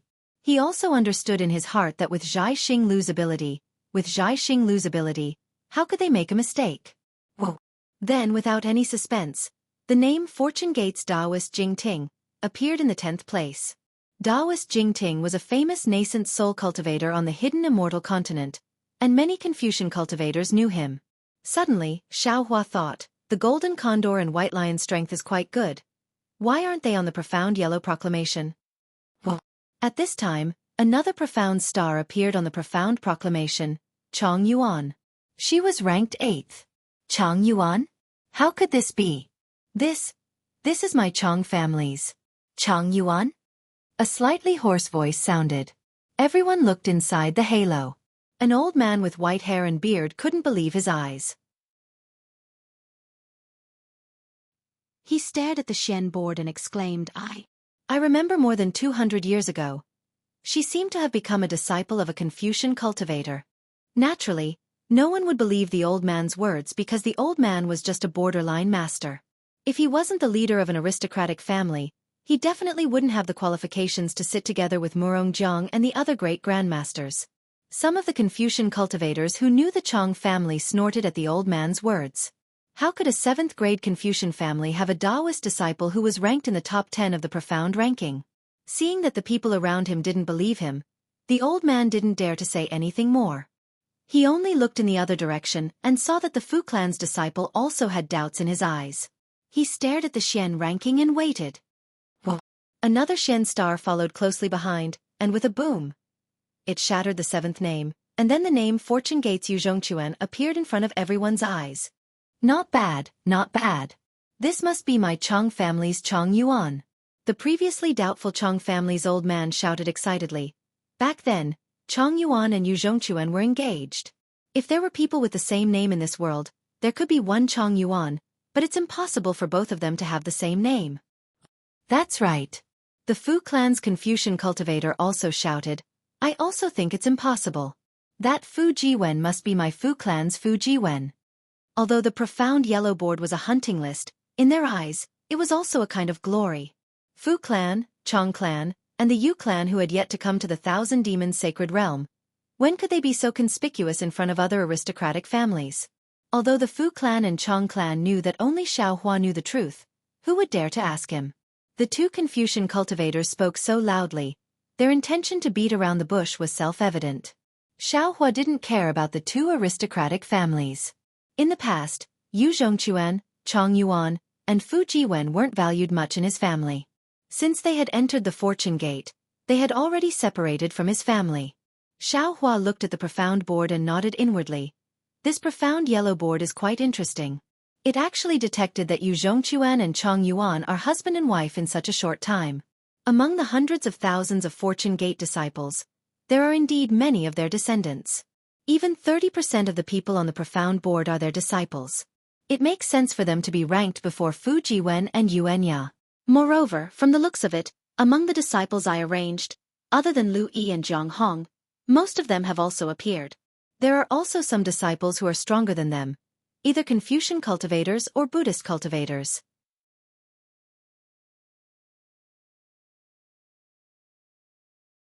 Wherever the thunderbolts passed, whether it was the 5 Qi righteous lightning or the inscription chains, everything was swept away. When the thunderbolts fell into the whirlpool, the entire whirlpool collapsed. Countless black and white lights flickered, and a terrifying aura rushed out from the collapsing whirlpool. Sigh, Xiaohua, isn't it just a profound yellow board? How did you make such a big commotion? A sweet voice came from the starry sky, and then hundreds of flowers bloomed and rushed into the collapsing whirlpool. In just a moment, the entire transmission channel began to slowly disappear. When Xiaohua heard Fairy Xing Yu's words, he shrugged helplessly and said with a smile, "This has nothing to do with me. I'm just watching from the side." Puff. When the starry sky regained its calm, another ray of moonlight rushed out from the full moon and landed on the shattered profound board. Like a broken mirror, the shattered pieces were instantly restored. At this time, The Grand Mist Ancestor and the other two were still in front of the profound board. The whole place was silent, and no one dared to speak. No one knew what had happened. Even the strong scholars like Murong Jiang and Gongshu Jingye didn't know why Xiao Hua's name couldn't be written on the profound yellow board. Senior Xiao. Duanmu Lianheng's thoughts turned rapidly, and he hurriedly said in the silence, "My Duanmu family was deceived by the side-branch disciple Duanmu Qing and offended Senior. Junior apologizes to Senior on behalf of my Duanmu family." With that, Duanmu Lianheng bowed respectfully. Seeing the arrogant Duanmu Lianheng apologize in front of all the scholarly cultivator families, Xiao Hua's heart softened. Thinking about his fate with the Duanmu family, some of the reasons were related to him falling into the devil path, so he couldn't completely blame the Duanmu family. As for Duanmu Liangsheng, Xiao Hua no longer had any resentment after coming out of the misty mountain maze formation. Thus, he waved his hand and said, "Forget it. The so-called scholarly cultivator families should prioritize etiquette and restrain their disciples. Don't bully others with your power, especially the common people. They don't even have the strength to truss a chicken. If you don't have the self-restraint of a scholarly cultivator, how can they be willing to submit to you? In the long run, scholarly cultivators will lose their original intention." Yes, Junior understands. Although Duanmu Lianheng was arrogant and dared to destroy Nanwu Great Merciful Guanin's golden statue, he knew his own limits. Although Xiao Hua's current strength seemed to be around the 5th grade, he was able to suppress the Grand Mist Ancestor and become the first on the profound board. How could Xiao Hua's cultivation be something he could reach? Hearing Xiao Hua's words, he was overjoyed and hurriedly said, "Junior will send a disciple back to the family and remove that damn absolute kill order."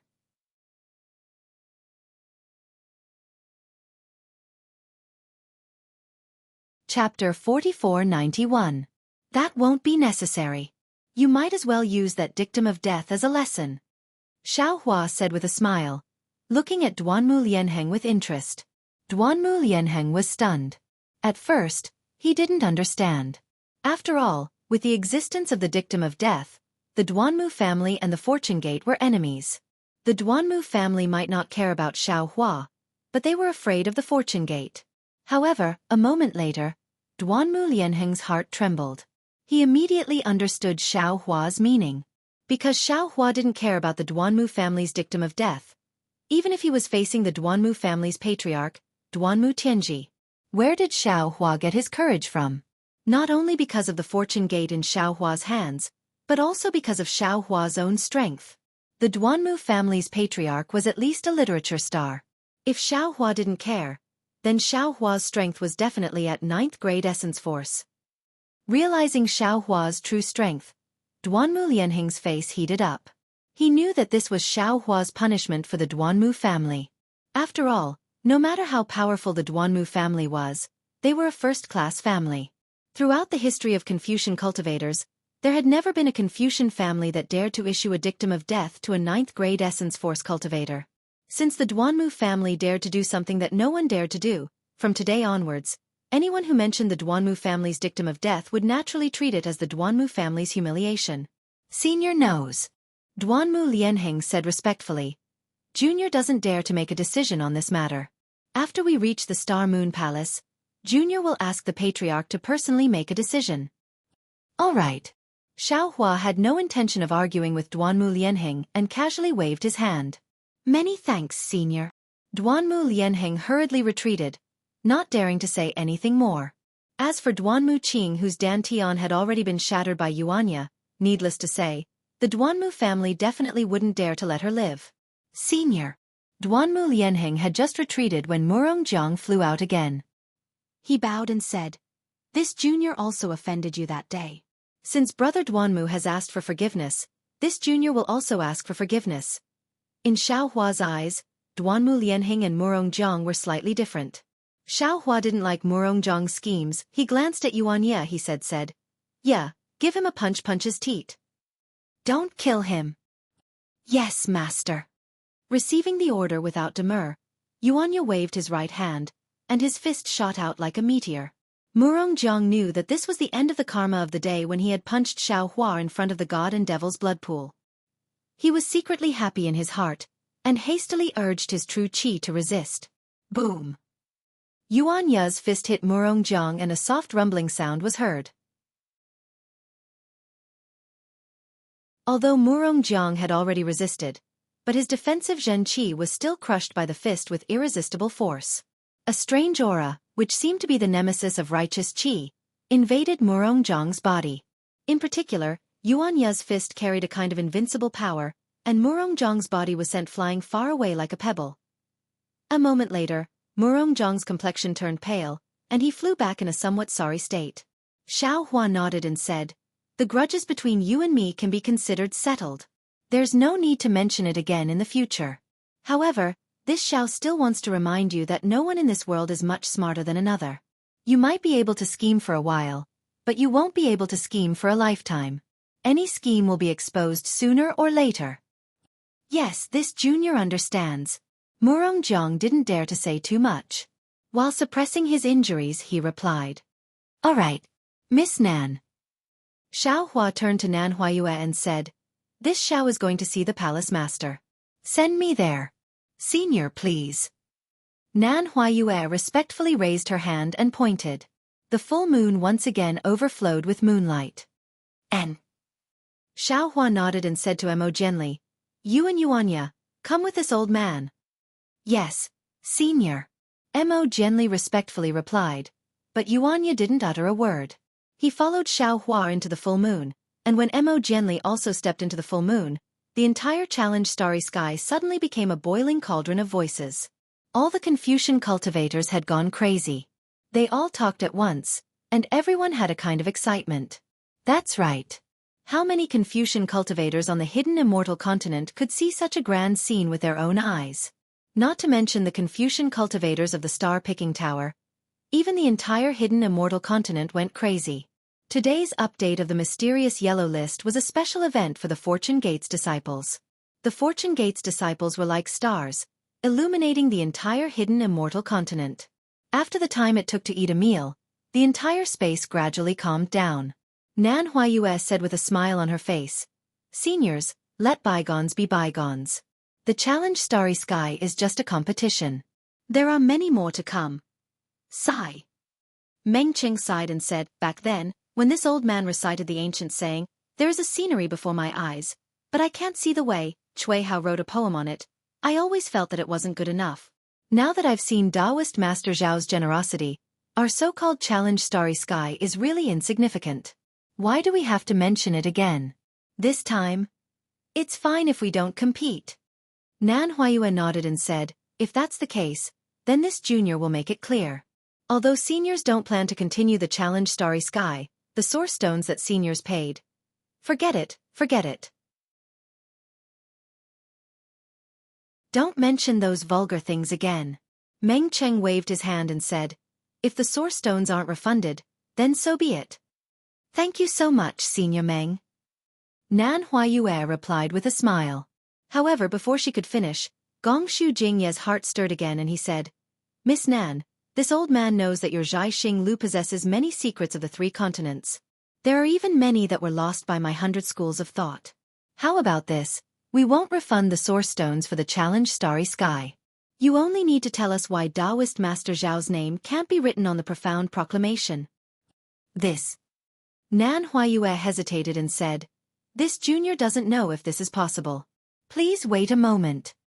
Soon after, Nan Huayue fell into the full moon and disappeared. She only reappeared after the time it took to finish a meal. There seemed to be nothing out of the ordinary from her calm face, but the wisp of surprise revealed in her pair of bright eyes explained the shock of the news. "Miss Nan," Gongshu Jingyi asked in a deep voice, "can Zhaixing Lu give us an answer?" Nan Huayue nodded and said, "My Zhaixing Lu does have records of this. However, does seniors agree with seniors' decision?" "This old man agrees," Murong Jiang said without hesitation. Although he knew in his heart that as long as he returned to the Murong family, he would definitely know the reason, but how could he wait until then? Curiosity killed the cat not only for female cultivators, but when men wanted to know secrets, their hearts would itch to the point of being scratched by a cat. Seeing that Murong Jiang and Gongshu Jingyi both agreed, the other families also agreed. Their eyes were full of desire, and they stared at Nan Huayue as if they were cats looking at meat. Nan Huayue's gaze swept across the entire starry sky, then looked at the profound yellow proclamation that was still suspended high in the sky, flashing with blood-red light. She took a deep breath and said, "According to my Zhai Xinglu's records, the profound yellow proclamation is an imperial tool built with the fate of Confucian cultivators and the order of heaven and earth as its foundation. As long as a cultivator's name is written on it, the cultivator's strength must be lower than the Confucian cultivator who refined the imperial tool. Otherwise, the cultivator's name won't be written on the profound yellow proclamation." "How is that possible?" Meng Cheng exclaimed. "It said that the profound yellow proclamation was personally refined by the Ziwei immortal emperor in ancient times. Could it be that Zhenren Zhao's strength has surpassed the Ziwei immortal emperor's?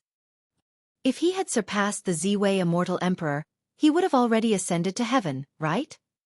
Murong Jiang also held back his injuries and exclaimed, "Seniors, this junior doesn't know." Nan Huayue smiled apologetically. "This is my Zhai Xinglu's record. If Senior Xiao can't enter the profound proclamation, it's probably the reason." Then, Gongshu Jingyi asked again, "Who refined the profound yellow proclamation? Does your Zhai Xinglu have a record of it? We can buy this information with primeval stones." "Senior, I'm sorry to disappoint you. This junior has just checked. My Zhai Xinglu has no record of this." Nan Huayue understood Gongshu Jingye's mood and hurriedly replied, "Alas, all right." Gongshu Jingyi waved his hand and sighed. "Thank you for your trouble, Miss Nan. I wouldn't dare. If seniors don't have any orders, this junior will return now," Nan Huayue respectfully said as she stood quietly in the air. After a while, Murong Jiang asked again, "Daoist Xiao, is he also going to enter the Star Moon Palace?" "Sorry, this junior doesn't know." Nan Huayue smiled and shook her head. "All right, you can go now." Gongshu Jingyi waved his hand. "Many thanks, seniors." Just as Nan Huayue was about to turn around, she suddenly stopped in her tracks. She tilted her head and listened for a moment before a smile appeared on her face. She bowed to the group of Confucian cultivators and said, "Junior is under orders to reveal some information about the Fortune Gate to seniors. If seniors are willing, quickly say it, how many primeval stones?" Murong Jiang asked without hesitation. "Brother Murong, don't be anxious." Gongshu Jingyi smiled and said, "We will first discuss with the Zhai Xinglu. This information is actually outdated and has no value. If we are not anxious, we can wait until we return to the hidden immortal continent to know." Gongshu Jingyi looked at Nan Huayue and said with a smile, "Miss Nan, don't you agree?" Nan Huayue smiled and said, "Senior is right, but also wrong. Because a lot of this information is unique to my Zhai Xinglu. No one on the hidden immortal continent will have the chance to hear it." "All right, we will discuss it first." Meng Cheng and the others naturally understood the meaning behind Nan Huayue's words. Xiao Hua was inside the Zhai Xinglu. Who would know more about the Fortune Gate than Xiao Hua? After a short discussion, Meng Cheng said a few words to Nan Huayue through voice transmission. Nan Huayue nodded, and after the various families took out a considerable amount of primeval stones, Nan Huayue respectfully handed a jade eye to Meng Cheng. Meng Cheng received the jade eye and scanned it with his divine sense. His face paled as he exclaimed, This, how is this possible? Senior Meng, nothing is impossible." Nan Huayue smiled and said, "Otherwise, how could the Fortune Gate's disciples clean the entire mysterious yellow list?" "Brother Meng," Murong Jiang called out. "What is inside? Why are you so shocked?"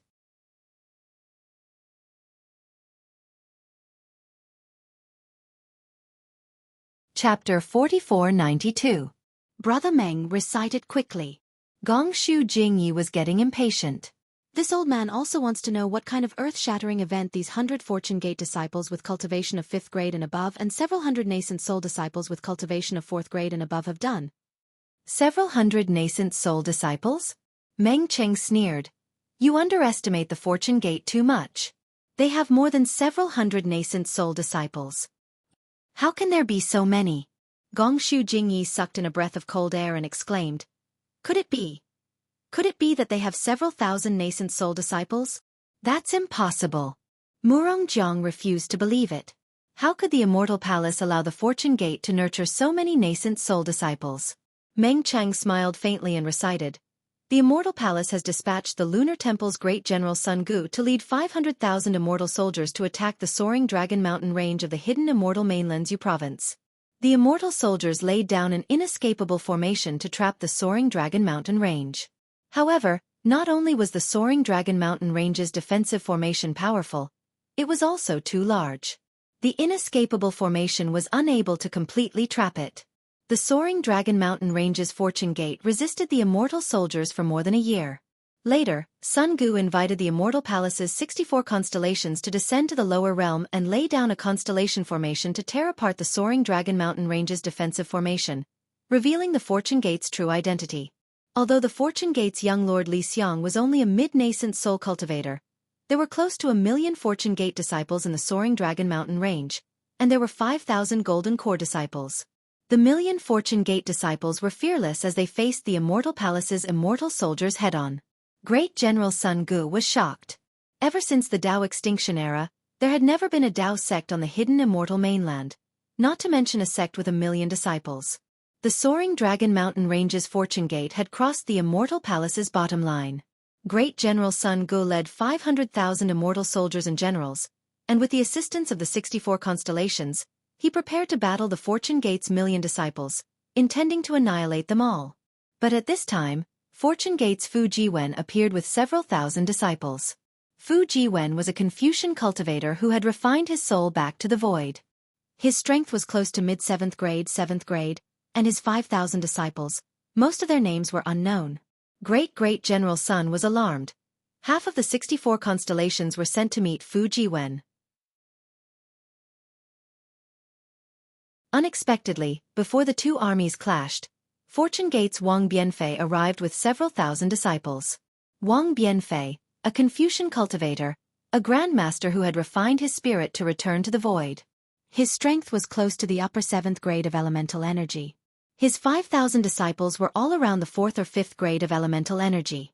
Most of their names were unknown. 64 lunar mansions were shocked. The other half broke away from Great General Sun Ji's command and faced Wang Bianfei head-on. At this time, the advantage of the Immortal Palace's punitive army was gone. Once the war started, the 500,000 immortal soldiers could not escape. The immortal generals were filled with righteousness. Just as they were about to die, they heard the sound of the bugle horn and were overjoyed. However, more reinforcements arrived. It was the Fortune Gate's Yu Zhongquan, Chong Yuan, and several thousand Fortune Gate disciples. Yu Zhongquan, a Confucian sword cultivator, descendant of the 7th grade aristocratic family Yu clan in Yifeng country of hidden immortal continent's Yu province. His strength was close to the middle of the 7th grade of origin energy. Chong Yuan, a Confucian sword cultivator, descendant of the 7th grade aristocratic family Chong clan in Xian country of hidden immortal continent's Yu province. Her strength was close to the middle of the 7th grade of origin energy. The 5,000 disciples he led were all around grade 4 or 5, and most of them had the surname Yu. Because of this, Great General Sun Gu and the 64 lunar mansions trembled, not daring to fight. Fortune Gate's Fu Jiwen spat out a heavenly scripture scroll and activated the Fortune Gate's defensive formation, trapping the 500,000 immortal soldiers. The battle situation is unknown, but the Lunar Temple's immortal generals and 64 lunar mansions were captured. The 500,000 immortal soldiers and 64 lunar mansion soldiers were unharmed and returned to the Immortal Palace. The soaring Dragon Mountain range's Fortune Gate's defensive formation was activated again, but no one knows the details. Under the starry sky, Meng Cheng's cadence as he recited. Everyone's emotions were also fluctuating. Although the Jade Pupil didn't record much, everyone could imagine the strangeness of the situation. Lunar Temple's Great General Sun Gu and the 64 Lunar Mansion soldiers definitely didn't expect the Fortune Gate to have so many high-grade disciples return, instantly equalizing the disadvantageous situation. What was special was that they didn't lose a single soldier in the battle. The Lunar Temple soldiers and the Lunar Mansion soldiers were released by the Fortune Gate disciples, as if the Fortune Gate disciples weren't worried about the Immortal Palace's punitive expedition again. AI. No wonder Brother Meng is so surprised. Gong Shu Jingye sighed. Tens of thousands of nascent soul cultivators suddenly appeared. Even Great General Sun Gu would panic. Yeah, after the battle at the soaring Dragon Mountain Range, the Fortune Gate's name shook the entire Yu prefecture. Their name shook the entire hidden immortal continent. Murongjiang nodded in agreement. In the Heavenly Paradise River's Azure Prefecture, the Dragon Clan's Jiang Shang led 2,000 Water Tribe members to patrol the Heavenly Paradise River. They were ambushed by the Heavenly Rainbow Stream's Ao Shi. Jiang Shang sent a message, and the Heavenly Paradise River's Dragon Clan led 30,000 Water Tribe members to rescue them.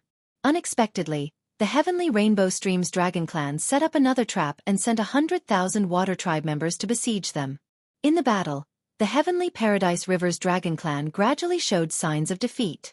At this time, the Fortune Gate's Lu Yi and Jiang Hong led over 100,000 Fortune Gate disciples back. Lu Yi was a Tao Gate's body integration cultivator. His origin was unknown, but he became a disciple of Xiao Hua at the Longevity Town over 200 years ago. His strength was close to the middle of the 7th grade. Jiang Hong was the Heavenly Paradise River's Dragon Clan's princess, and her strength was close to the upper 7th grade. The 100,000 disciples they led were all around the 4th or 5th grade.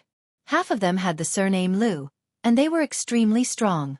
They were suspected to be descendants of the Dragon Clan. When the Fortune Gate disciples came out, the Heavenly Paradise River was dyed red with blood.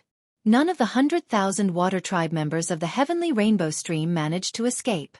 Later, Jiang Hong led the Heavenly Rainbow Stream and killed 350,000 Water Tribe members. The Heavenly Rainbow Stream was removed from the Three Rivers Prefecture.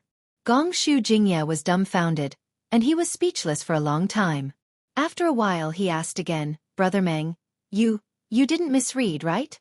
10,000 Fortune Gate disciples with 4th or 5th grade origin energy.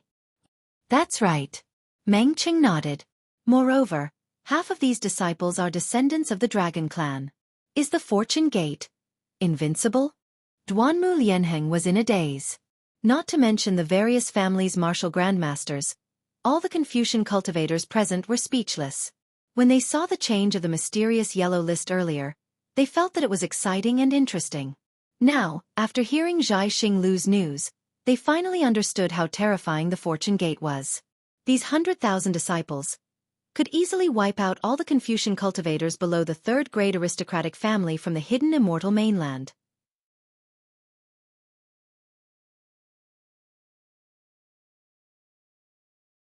Demon King Bai Qing set up a banquet to feast on the flesh and blood of human cultivators.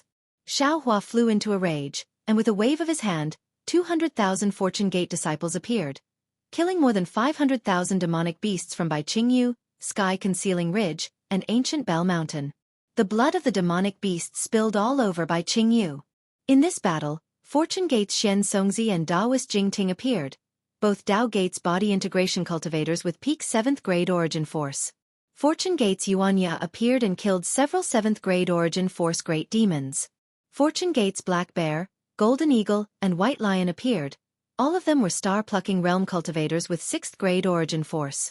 Other than that, more than 200,000 Fortune Gate disciples set up the capital star formation, divided into 108 smaller formations, and each formation had an unknown disciple with 7th grade origin force.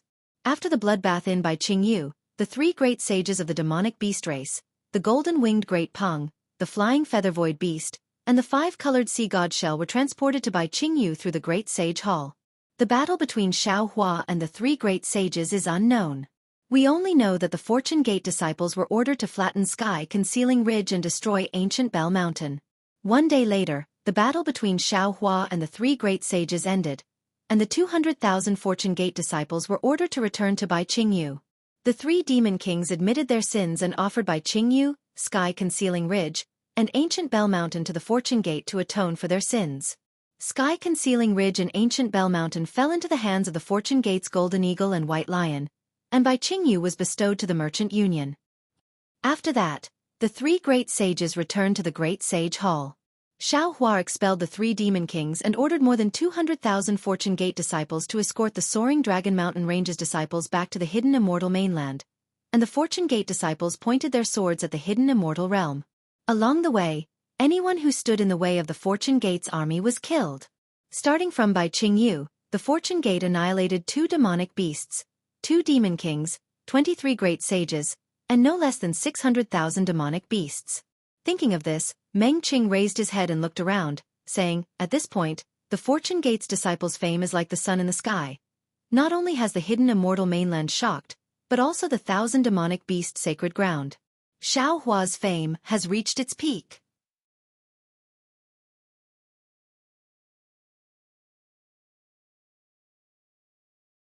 Chapter 4493. Is there anything else? Murong Zhang's face turned pale, and he asked in a trembling voice. Brother Murong. Meng Cheng said indifferently, I want to ask you, as the Murong family's patriarch, if you lead all the Murong family's disciples, can you accomplish such a great feat? Murong Zhang didn't seem to think that Meng Cheng was mocking him. He thought for a moment, then shook his head and said, if we don't care about the cost, we might be able to do it. But, after this battle, I'm afraid my Murong family will be removed from the hidden immortal continent. That's right, if the Murong family is like this, then so is my Meng family. Meng Qing nodded. The Fortune Gate's disciples are already domineering. What else do we need? The whole place fell silent again. From this day on, the Fortune Gate's valiant image would no longer have any objections to the Fortune Gate's disciples dominating the mysterious yellow list. Miss Nan. Meng Cheng handed the jade eye to Gongshu Jingye, then asked Nan Huayue. The battle between the three great sages and Senior Shao is not recorded in detail. No matter what, Taoist Shao is still a grand ascension stage cultivator of our human race. He was able to defeat three great sages of the 1,000 demons' sacred ground. This is definitely worthy of our respect. Zhai Xinglu should have recorded the battle in detail. Nan Huayue pursed her lips and smiled. Senior Meng, you're making things difficult for my Zhai Xinglu. That was a battle between the four supreme cultivators of our three continents. Other than the four great sages of the Great Sage Temple, the Immortal Palace's 9th grade literature star, the Thunder Temple's 3 Buddhist lords, and the various clans' patriarchs, who else can see the truth clearly? We're willing to pay a high price. Murong Jiang hurriedly said, as long as Zhai Xinglu can get the truth. Even if you have the source stones, you need to be alive to spend them. Nan Huayue was still smiling as she replied indifferently. My Zhai Xinglu has the foresight. All right. Murong Jiang knew that this matter was too difficult, so he said perfunctorily and didn't say anything else. Seniors. Nan Huayue looked at the somewhat quiet starry sky and said, if there's nothing else you need from me, I'll have to put away this defensive formation that I'm challenging to bury the hatchet. The group of Confucian martial grandmasters had been absent-minded for a long time. They all responded in low voices, and the halos around them gradually faded away. Not long after, the starry sky disappeared, and the stars scattered in all directions. The pavilions and corridors once again appeared. Nan Huayue took one last look at his surroundings and stepped into the full moon. The moonlight disappeared, and the entire defensive array turned into darkness. The challenge to bury the hatchet was not held, but all the disciples' blood was boiling with excitement. Various families had also activated their pavilion's defensive formations. No one knew what the other families were discussing, but everyone knew that there was only one topic in the entire star-plucking pavilion, and that was Xiao Hua and the Fortune Gate. Xiao Hua stepped into the full moon, but as the moonlight overflowed, his figure had already landed on a corridor. Without waiting for Xiao Hua to take a few more glances, a Confucian cultivator immediately bowed and said, Senior, our palace lord invites you. All right. Xiao Hua nodded. He turned to look at Mo Jianli and asked, are you coming with this old man, or with the star-plucking pavilion? Mo Jianli did not hesitate. He bowed and said, this junior has already promised the star-plucking pavilion. If this junior does not fulfill this promise, this junior feels that he is not worthy to be a Fortune Gate disciple. Haha, good. This is the true Mo Jianli. Xiao Hua clapped his hands and said, you can go now. When you come out of the Star Moon Palace, follow this old man back to the Fortune Gate. Yes, Junior understands. Mo Jianli agreed, and found a way to leave. Xiao Hua took out the Kunlun mirror and put Yuan Ya away. He then said to the Confucian cultivator, you lead the way. Senior, please. The Confucian cultivator respectfully gestured and led Xiao Hua to a flight of stairs. In a short while, Xiao Hua had already reached the top floor. The Confucian cultivator did not dare to approach, and Xiao Hua entered the main hall. The interior of the hall was no different from when Xueqi had left. However, the black and yellow rankings boards were particularly eye-catching. Seeing Xueqi enter, Fairy Xingyu clapped and said with a smile, "Welcome Great Gate Master Xiao to my star-plucking pavilion. I hope that Great Gate Master Zhao's fortune gate will take care of my star-plucking pavilion's business in the future." "How is that possible?" Xueqi curled his lips and said, "My fortune gate still has the endless merchant union. How can we take care of your business? Moreover, the star-plucking pavilion is so powerful that they can even update the mysterious yellow board at the same time. Why would they need my fortune gate to take care of their business? Great Gate Master Xiao, what do you think of my star-plucking pavilion and the endless merchant union? Forming an alliance?" Fairy Xingyu said in a teasing tone, "The fortune gate is like the sun in the sky. How can you let my star-plucking pavilion bask in some glory? Xueqi." There was worry on Su Zhuai's face as he frowned. "This time, you've shown off too much. Although you were forced to do this, your fortune gate's mysterious yellow list can be seen as a challenge to the Immortal Palace's prestige. How can the Immortal Palace let this go? Moreover, the Tao Gate is the common enemy of the Confucian cultivators and the Buddhist sect. With your current strength, you may not be afraid of one or two Confucian cultivators, but what if the Confucian cultivators and the Buddhist sect join forces? And, don't forget, you also offended 3 great sages from the Great Temple. Back then, that brat Grand Mist was too arrogant and didn't know how to hide his strength and bide his time. He was suppressed by the Confucian cultivators, the Buddhist sect, and the demonic beast race together. His subordinates were also completely wiped out. Your current situation is no different from that brat Grand Mist. In fact, it's even worse. You have to think of a way out. That's right, Grand Mist's cultivation wasn't as high as yours back then, and his subordinates weren't as strong as your fortune gate. Even so, the immortals, Buddhists and demonic beasts couldn't tolerate it, so how can they tolerate you? Fairy Xingyu added, "Great Gate Master Xiao, I'm afraid you don't have many good days left. If it's not possible, you should follow us to the immortal world." "Many thanks for the 2 seniors' concern." Xueqi smiled. "My situation is different from the Grand Mist ancestors, and the current situation of the 3 continents is also different from that time. I don't think that the immortals, Buddhists, and demonic beasts can join forces again. Since they can't join forces, I don't have to be afraid of them. As for the Star Moon Palace, I will naturally follow seniors to take a look. However, I will definitely not enter the immortal world through the Star Moon Palace. If I leave, what will happen to the Fortune Gate? Junior's disciples haven't grown up yet." Suji looked at Xueqi and didn't speak for a long time. After a while he said, "Xueqi, to be honest, I've seen many outstanding Taoist cultivators before I became an immortal. After I became an immortal, I've seen even more elites from various realms. After I accidentally entered the 3 continents, I've also seen many outstanding Confucian cultivators. However, you're the first to grow so quickly. I want to give you some advice, but after thinking about it, you don't have any lofty ambitions in your heart. You're also infinitely benevolent. If the immortals, Buddhists and demonic beasts didn't force you too much, you probably wouldn't have stirred up such a huge mess. However, the problem is that people have no choice in the martial world. There are many things that we can't predict at this time. You should be careful." Xueqi smiled and nodded. "I'm really flattered by Senior's praise. Senior's words are exactly what I wanted. I was born in a farmer's family, and my whole life's cultivation has been based on the idea of living a comfortable life. As long as the immortals, Buddhists, and demonic beasts don't do anything to my fortune gate, I won't cause trouble. I can understand your thinking." Fairy Xingyu shook her head and said, "However, Immortal Emperor Gaochen, Mahavairakana revered sage, and the golden-winged Great Peng may not think so. Oh, and the Great Sage Temple's newly promoted 7 stars Great Sage. Although he knows you well, he's still a demonic beast. He will think for the Great Sage Temple and the demonic beast race. He may not care about your little friendship. Your fortune gate has caused too much of a commotion. It's impossible for them not to be on guard and not do anything to you." Xueqi rolled his eyes and probed.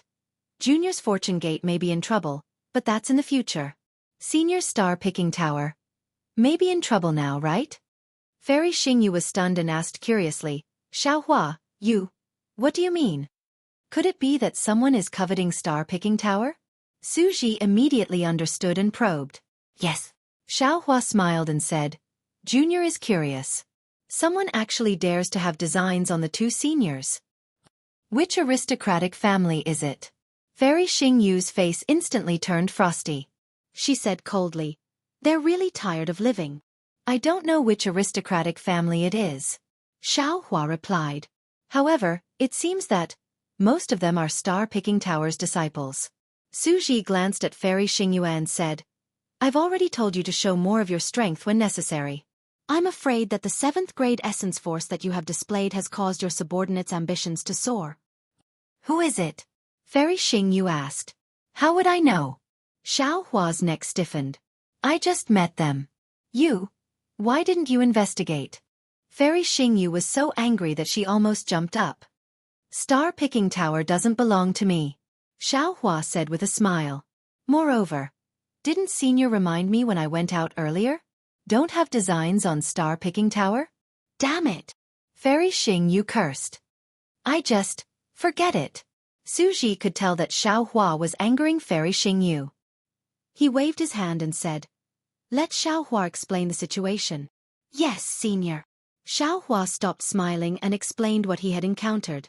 Fairy Xingyu said fiercely, I've been paying attention to the movements outside Star-Picking Tower. I didn't expect them to be so bold as to play tricks under my nose. You withdrew so many Star-Picking Towers from the Thousand Demons' sacred realm this time. It must have affected the interests of some tower masters. Xueqi said with a smile. It seems that you have to thank Xiaohua. If it weren't for the arrival of a human Mahayana realm expert, these people would have already taken action. Humph. Fairy Xingyu stood up and curled her lips. I'd like to see who dares to take action. His arrival has made things more troublesome for me. With that, Fairy Xingyu floated out.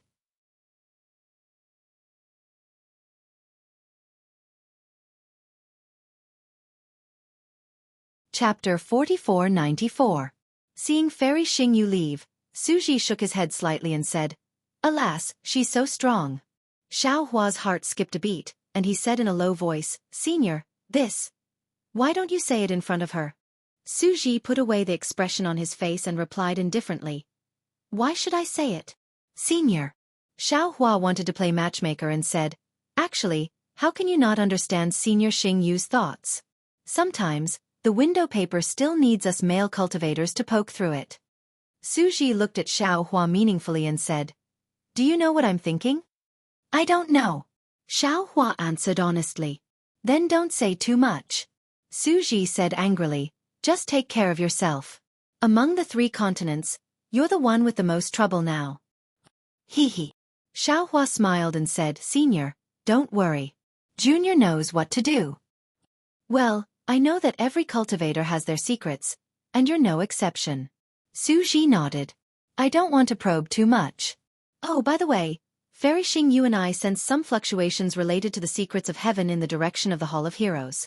However, when we investigated the Star-Picking Tower and gathered the disciples to ask, we didn't find any clues.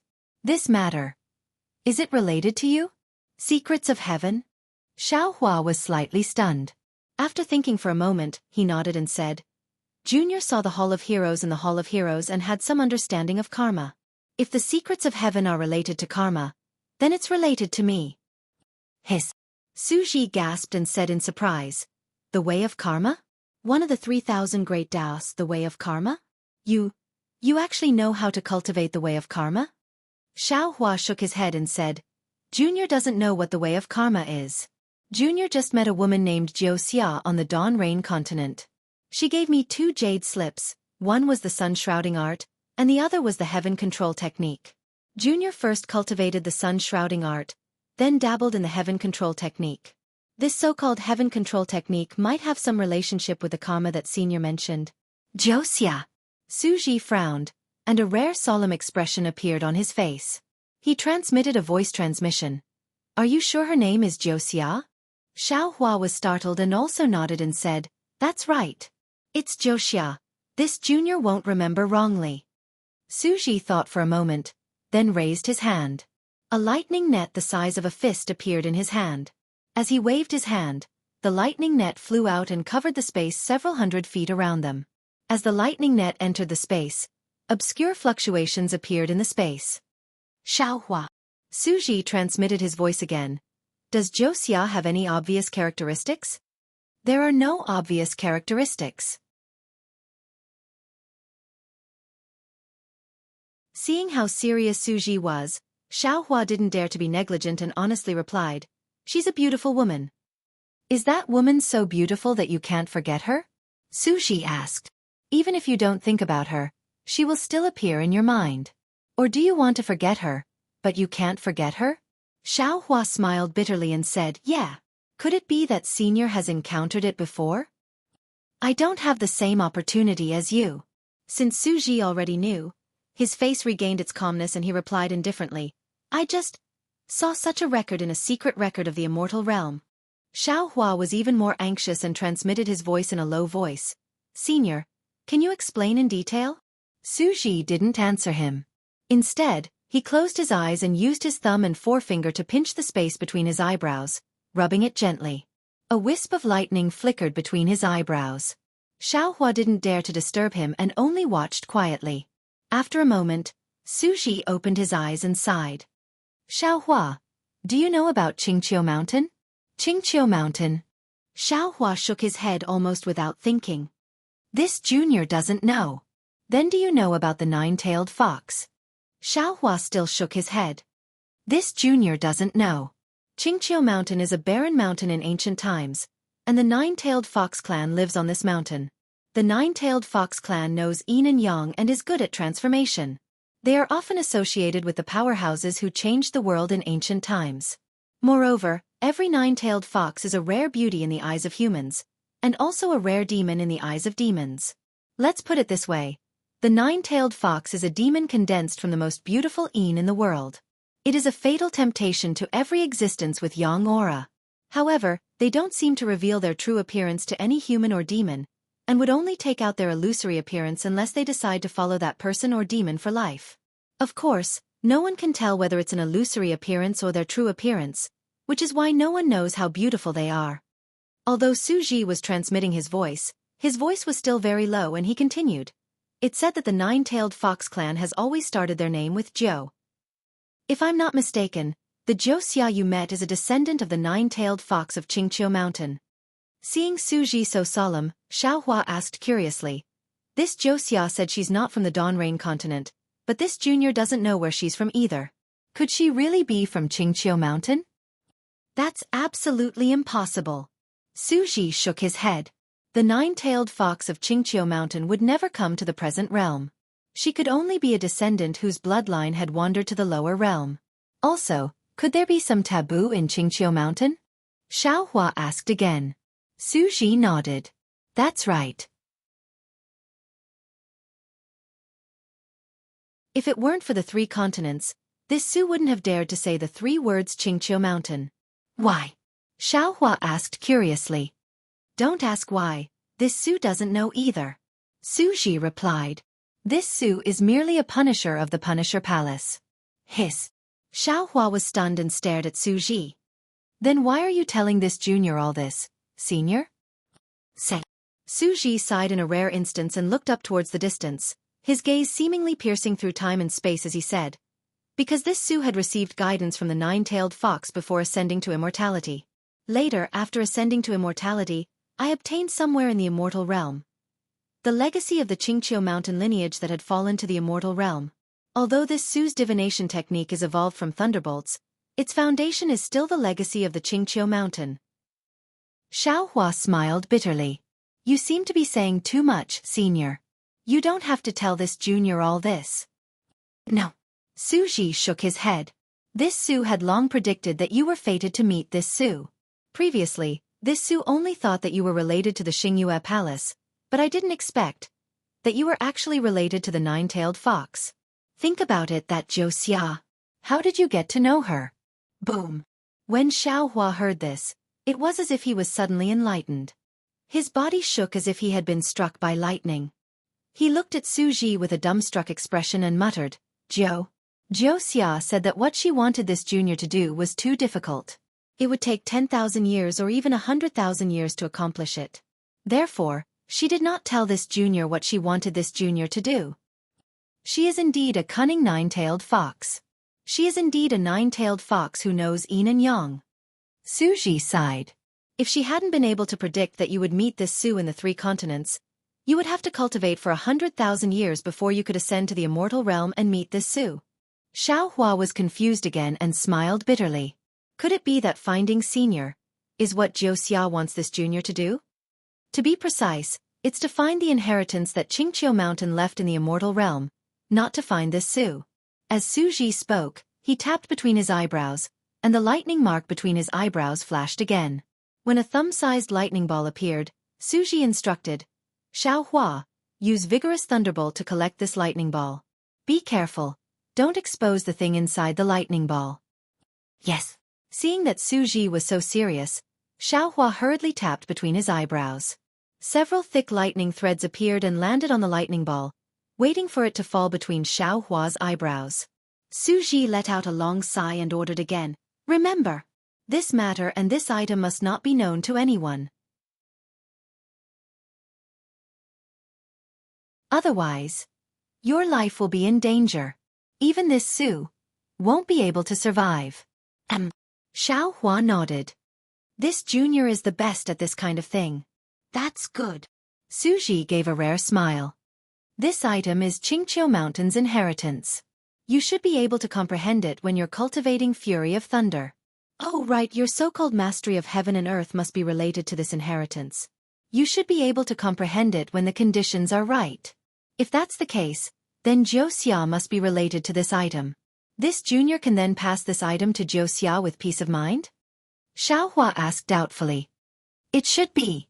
Xueqi shrugged, as if he had put down a heavy burden and replied. Senior, are you sure? Xiaohua asked. Xueqi nodded. Of course. When you come out of Xingyue Palace, you'll understand why I said so. Yes. This junior understands. Xiaohua nodded. If this is Jiuxia's, this junior will definitely. At this point, Xiaohua said happily, if that's the case, then this junior will definitely return to Dawn Rain Continent. This? I don't know. Xueqi shook his head. Didn't Jiuxia say that it might be 100,000 years? Maybe she'll go to the immortal realm to look for you. Then, Xueqi reminded him again. Of course, the matters of Dawn Rain Continent seem to be somewhat secretive. However, since Xingyue didn't say anything, I'm afraid she has some taboos. Don't make things too difficult for her. As he spoke, Xueqi raised his eyebrows and opened his mouth. A thunderbolt struck the air.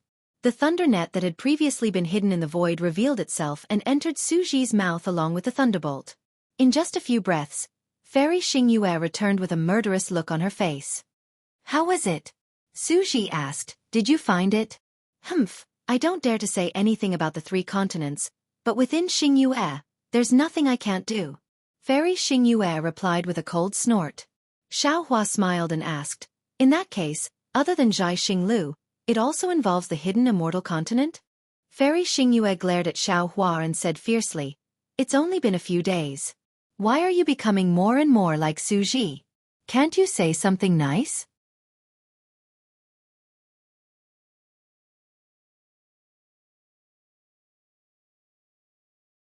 Chapter 4495.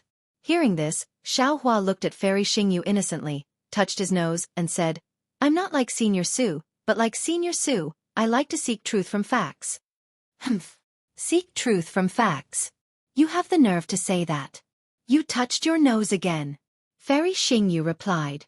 You guessed right. I removed a few star-picking towers in the Thousand Demons Sacred Realm, but 2 tower masters were not satisfied. They wanted to take advantage of me entering the Star Moon Palace to collude with the Confucian family to seize the Star Moon Palace. Unfortunately, although I found the 2 tower masters and even found out about the Confucian cultivators who sneaked into the star-picking tower, I couldn't find out which Confucian family was behind them. I searched the soul of one of the tower masters and his primordial spirit exploded. Then, I used the secret technique of the Palm Palace.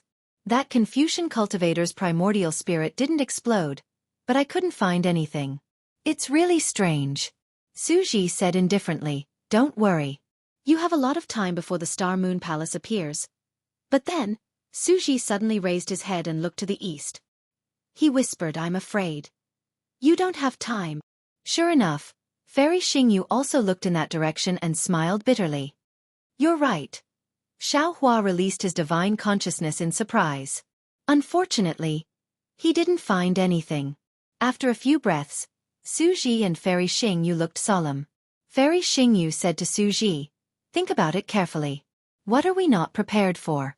I'll get them to activate the star-picking tower now. Okay. Xueqi nodded. After Fairy Xingyu left, he pointed to a quiet room and said to Xiaohua, Xiaohua, that's a quiet room. You can meditate there. When we get to the Chidi River, I'll call you out. At that time, I'll need to borrow your magic power. Yes, I understand. Xiaohua nodded, got up, and entered the quiet room. The quiet room was not big, only about 100 feet in size. It was very different from the usual luxurious style of the star-picking tower. When Xiaohua saw the praying mat in the middle of the quiet room, his heart warmed again. Needless to say, Xueqi must have used this room for his own quiet cultivation when he came to Zhai Xinglu. Now, Xueqi had given this quiet room to Xiaohua to use. Of course, there were many quiet rooms that could be used in Zhai Xinglu, but Xueqi had taken out the quiet room that he was used to. It was clear that he saw Xiaohua as his junior. Xiaohua sat down cross-legged and pondered for a moment. Then, he waved his hand and sent out a jade talisman, setting up the capital star formation. After scanning with his divine sense and confirming that there were no flaws, Xiaohua sat down with peace of mind, raised his thumb, and placed it on his forehead. Thunder flashed and the ball of lightning Xueqi gave Xiaohua flew out again. However, at this moment, the ball of lightning had just appeared and it immediately emitted a faint fluctuation. The fluctuation had only just appeared when Xiaohua's mind swept the ball of lightning into the space in an instant. The ripples then charged towards the capital star array. Whoosh! The fluctuations weakened, but when they collided with the capital star formation, the space several meters to the left of Xiaohua trembled. Xiaohua narrowed his eyes and raised his right hand, using the thunder palm. At that moment, the lightning palm was different from the lightning palms displayed by ordinary cultivators. It was formed from the 5 Qi righteous lightning, 9 firmaments divine lightning, 3 corpses yin lightning and nether demonic lightning. When the lightning descended, the fluctuations were instantly eliminated, leaving not a trace behind. Soon after, Xiaohua closed his eyes in satisfaction. His eyes focused on his nose, and his nose focused on his heart as he began to meditate. Xiaohua's mind fell into the space and immediately turned into Jade Archive Xiaohua. The ball of lightning that had been swept into the space by his mind earlier quietly floated there. Although the threads of lightning were constantly flashing, they didn't make any sound. The light and shadow emitted by the threads of lightning were also extremely strange and constantly changing. Even Jade Archive Xiaohua was dumbfounded when he saw this. Looking at the space around the light and shadow, although there wasn't any force, the threads of lightning were still forced out of the cracks. Ripples of the same cryptic fluctuations spread out in all directions. Jade Archive Xiaohua raised his hand and pointed. With a tearing sound, it was as if silk was being torn apart. Under the threads of lightning, layers of lightning bolts rushed out like dragons and crazily collided with Jade Archive Xiaohua's finger. Jade Archive Xiaohua frowned and made a grabbing motion with his right hand. Beth! Tens of thousands of layers of crystal-like light shields instantly appeared and trembled as they imprisoned the space several meters around the threads of lightning. Boom! Boom! Boom! The threads of lightning were also powerful. They crazily attacked the restriction and broke through layer after layer. In the blink of an eye, tens of thousands of layers of restrictions were like blooming flower buds. This is the restriction set up by Xueqi. Feeling the familiar fury of lightning within the threads of lightning, Jade Archive Xiaohua pondered. However, this restriction seems to be targeted at the inheritance item inside. When I forcibly broke the restriction, it triggered the restriction. While Xiaohua was thinking, Jade Archive Xiaohua's right hand made a grabbing motion. Hum hum hum. With several explosions, tens of thousands of light barriers appeared once again. When the horned dragon-like lightning threads disappeared, 90% of the light barriers had been penetrated. Boom! The threads of lightning disappeared and the lightning ball also turned invisible. At the same time, a nine-colored beam of light let out a loud roar and rushed high into the sky. The nine-colored beam of light was so gorgeous that it reflected on Jade Archive Xiaohua's face and made it look sparkling and translucent. Inside the beam of light, a palm-sized nine-tailed fox sculpture appeared. When Jade Archive Xiaohua's gaze landed on this sculpture, he immediately felt that everything in front of him was multicolored, and a kaleidoscopic world was born near Jade Archive Xiaohua. Jade Archive Xiaohua was startled and hurriedly closed his eyes. However, the rotating multicolored world was like a flower floating in his mind, and it made him feel like he was sinking deeper and deeper. Damn it! Jade Archive Xiaohua cursed and quickly retreated. Thunder appeared between his eyebrows. Sure enough, the thunder struck and shattered the multicolored world. In front of Jade Archive Xiaohua's eyes was another pillar of light that soared into the sky. Jade Archive Xiaohua narrowed his eyes and his eyebrows turned into lightning. Through this lightning, Jade Archive Xiaohua was able to see the colorful fox sculpture clearly. However, Jade Archive Xiaohua only glanced at the colorful fox sculpture and immediately frowned and looked up at the pillar of light that pierced the sky. The pillar of light was still rushing up and there was no sign of it stopping. Damn it, this inheritance item of Qingqiu Mountain is too strange. No wonder Senior Su warned I. Jade Archive Xiaohua sighed and stretched out his hands. His left hand reached down and his right hand reached up and pressed down. Jade Archive Xiaohua's hand suddenly crossed space and landed on the two ends of the pillar of light that was madly rushing out. Then Jade Archive Xiaohua put his hands together again. Boom boom boom. Like the sound of the pillar of air exploding, the huge pillar of light was actually pressed into the nine-tailed colorful fox sculpture by Jade Archive Xiaohua. Then, Jade Archive Xiaohua did not wait for the nine-tailed colorful fox sculpture to make any more movements. He grabbed with one hand and a layer of restriction fell on the painted sculpture.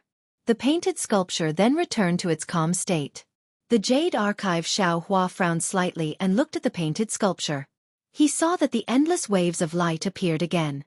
The waves of light rippled like fine lines, and the nine-tailed fox in the painted sculpture disappeared in an instant. A strange and clever squirrel was revealed. Before Jade Archive Xiaohua could see clearly, another wave of light emerged under the fine lines and another ferocious and strange demonic beast was transformed. Jade Archive Xiaohua was surprised. In a few breaths of time, the colorful fox had changed into no less than a dozen different appearances. Along with Jade Archive Xiaohua's surprise, the beautiful appearance of Xueqi changed. That smile yet not smile, that angry yet not angry voice was like the first time Xiaohua saw it. It's really powerful. Jade Archive Xiaohua nodded. Xueqi's appearance disappeared and a nine-tailed fox's original appearance was born. The nine-tailed fox's nine tails each had a different color, and there were endless threads of light in each tail. Each thread of light contained a lot of brilliance, just like a world of brilliance. Looking at the nine-tailed fox's body, there were even more brilliant spots of light like the stars in the starry sky. Not only did they emit brilliance, but they were also endlessly rotating. It seemed that each spot of light had its own trajectory, and each trajectory revealed a kind of mystery. The nine-tailed fox's original appearance was only revealed in a split second. If Jade Archive Xiaohua was not in his space, he would definitely not be able to see it. Then, countless illusions were born on the nine-tailed fox's painted sculpture, and the nine-tailed fox's original appearance could no longer be seen. Jade Archive Xiaohua closed his eyes and thought for a moment. Rumble. The karmic hand hidden in the void within the space appeared. The big hand grabbed, and the nine-tailed fox's painted sculpture flew out of thin air and slowly fell into the big hand. The painted sculpture just touched the karmic hand, and the endless spots of light contained in the painted sculpture immediately flew out like butterflies and landed in various parts of the big hand. Swish swish swish. Strange fluctuations rushed out from various parts of the karmic hand. These fluctuations intertwined with each other, and pieces of light and shadow drifted down like fragments where the fluctuations intertwined. And within these lights and shadows, there were pieces of small worlds hidden within them. Slowly, the nine-tailed fox's painted sculpture merged into the karmic hand, and the space near the karmic hand trembled. In the trembling, it was as if there was an invisible chisel, chiseling out the unclear lines on the karmic hand one by one. Haha. Jade Archive Xiaohua watched as the karmic hand became clearer and clearer, and couldn't help but laugh. Xueqi really is of the Qingqiu lineage. The records in this legacy item are of the same origin as the mastery of heaven and earth. Along with his laughter, Jade Archive Xiaohua's figure began to change. Just like the nine-tailed fox's light and shadow, he had already changed into dozens of images in the span of a few breaths. Only after half a cup of tea's worth of time did Jade Archive Xiaohua's figure appear. He looked at his hands with great satisfaction and laughed. I previously thought that my transformation technique was pretty good, but compared to the Qingqiu lineage's transformation technique, it's like the difference between heaven and earth. The Qingqiu lineage's so-called understanding of yin and yang and being adept at transformation really isn't a bluff. Let the karmic hand comprehend the yin and yang technique. I will learn this transformation technique, and in the future, I'll be able to deceive the 3 continents.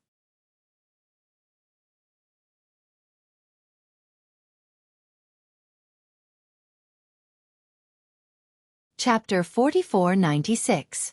With that thought in mind, Jade Archive Xiaohua emerged from the space and focused his mind on his physical body. His hands did not seem to make any hand seals as his physical body began to slowly transform. First it was various forms of humans, then beasts, and finally plants and flowers. It was incredibly lifelike.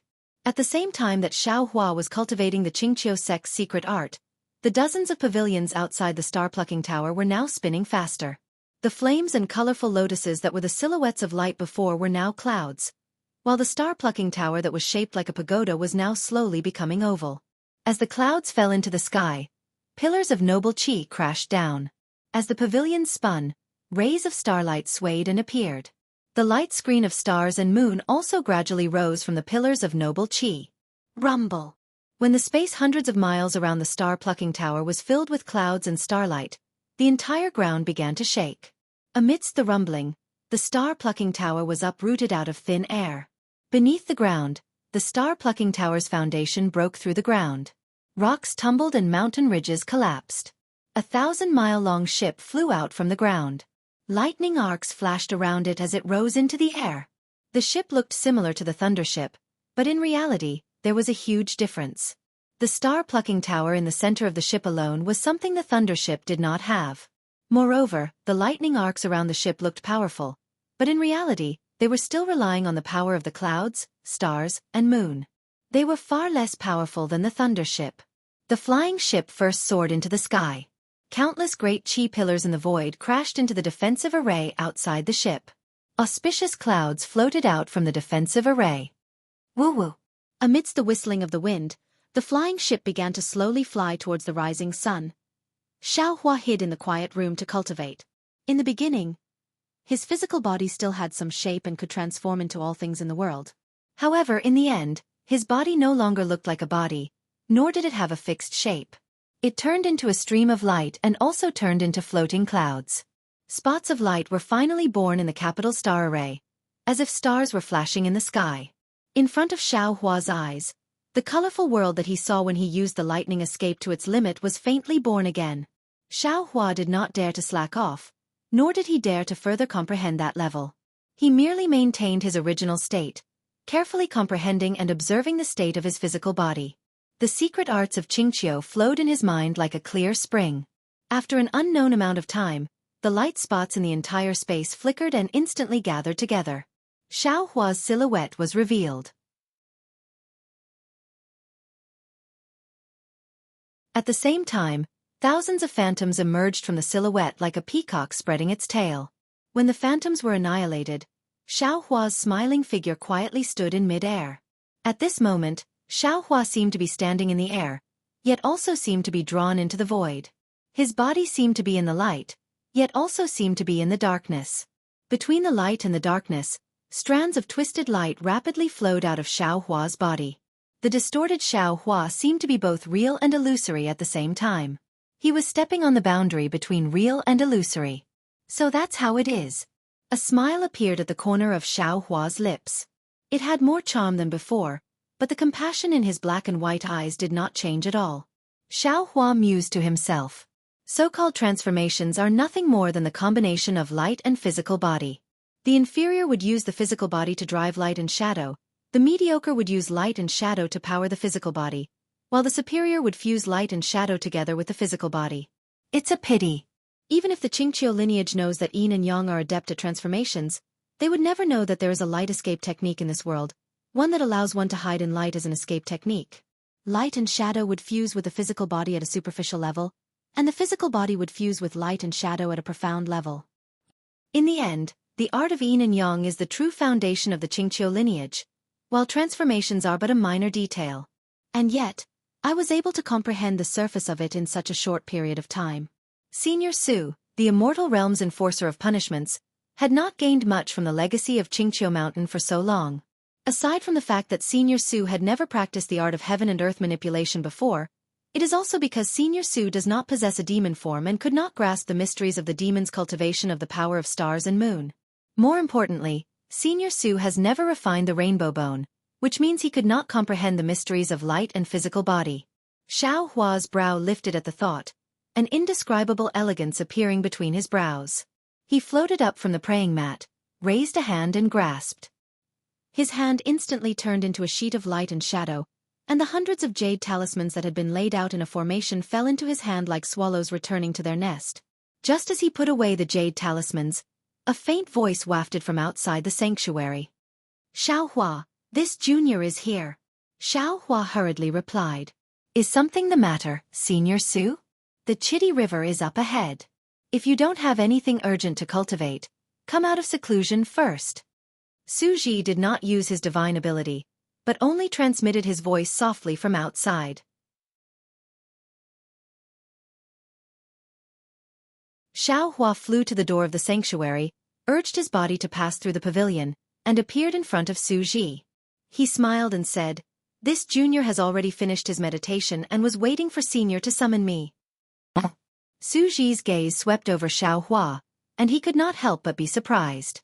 Behind him, Fairy Xingyu also said curiously, "Xiao Hua, you seem to have changed into a different person."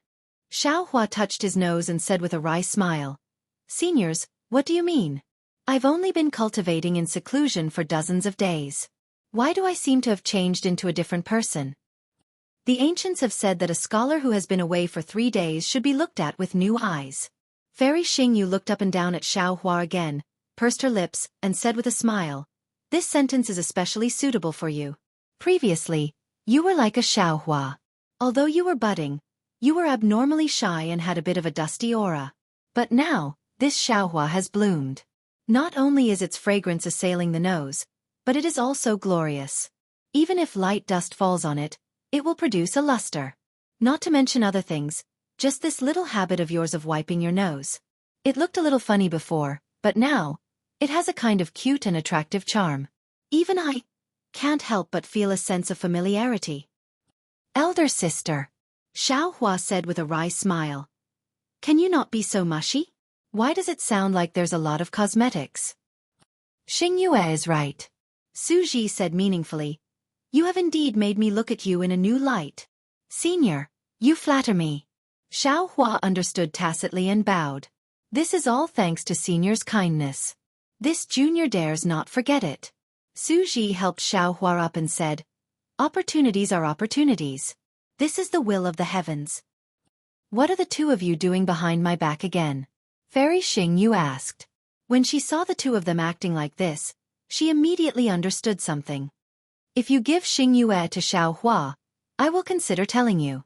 Xueqi turned to look at Fairy Xingyu and said calmly.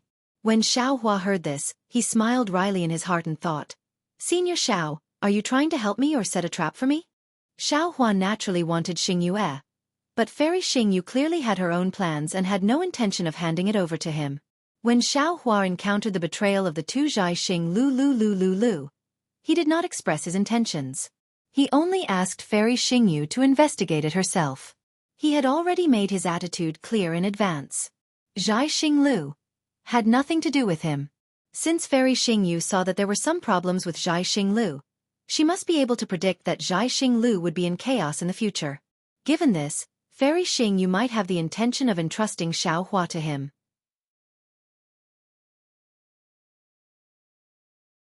Now that Xueqi had said this, even if Fairy Xingyu had such thoughts, they would definitely be dispelled by Xueqi's words.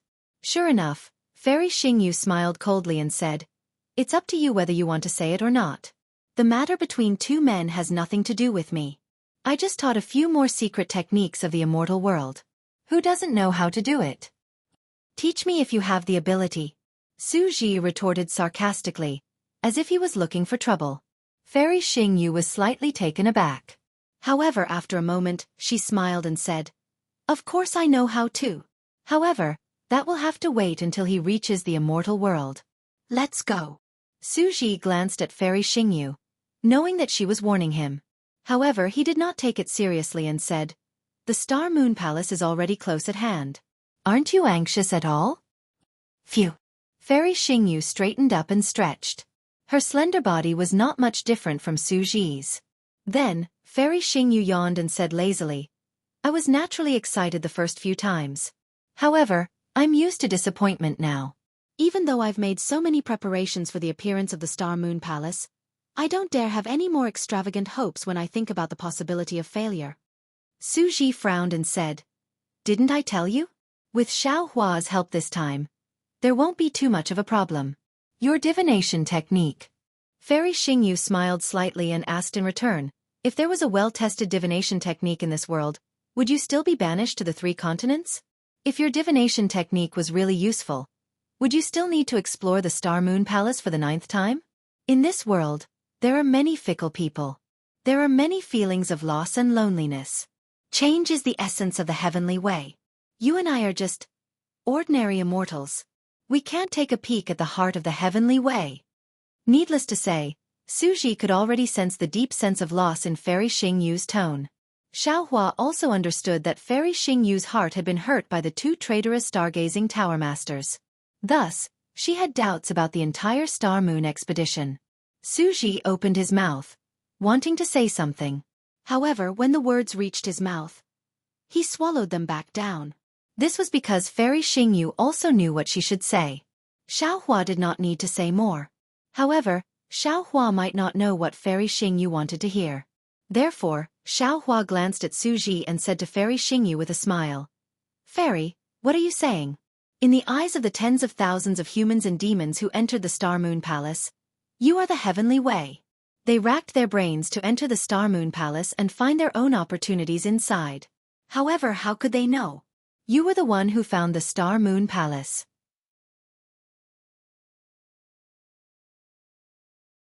The most fundamental mystery of the Star Moon Palace is the passageway to the immortal world.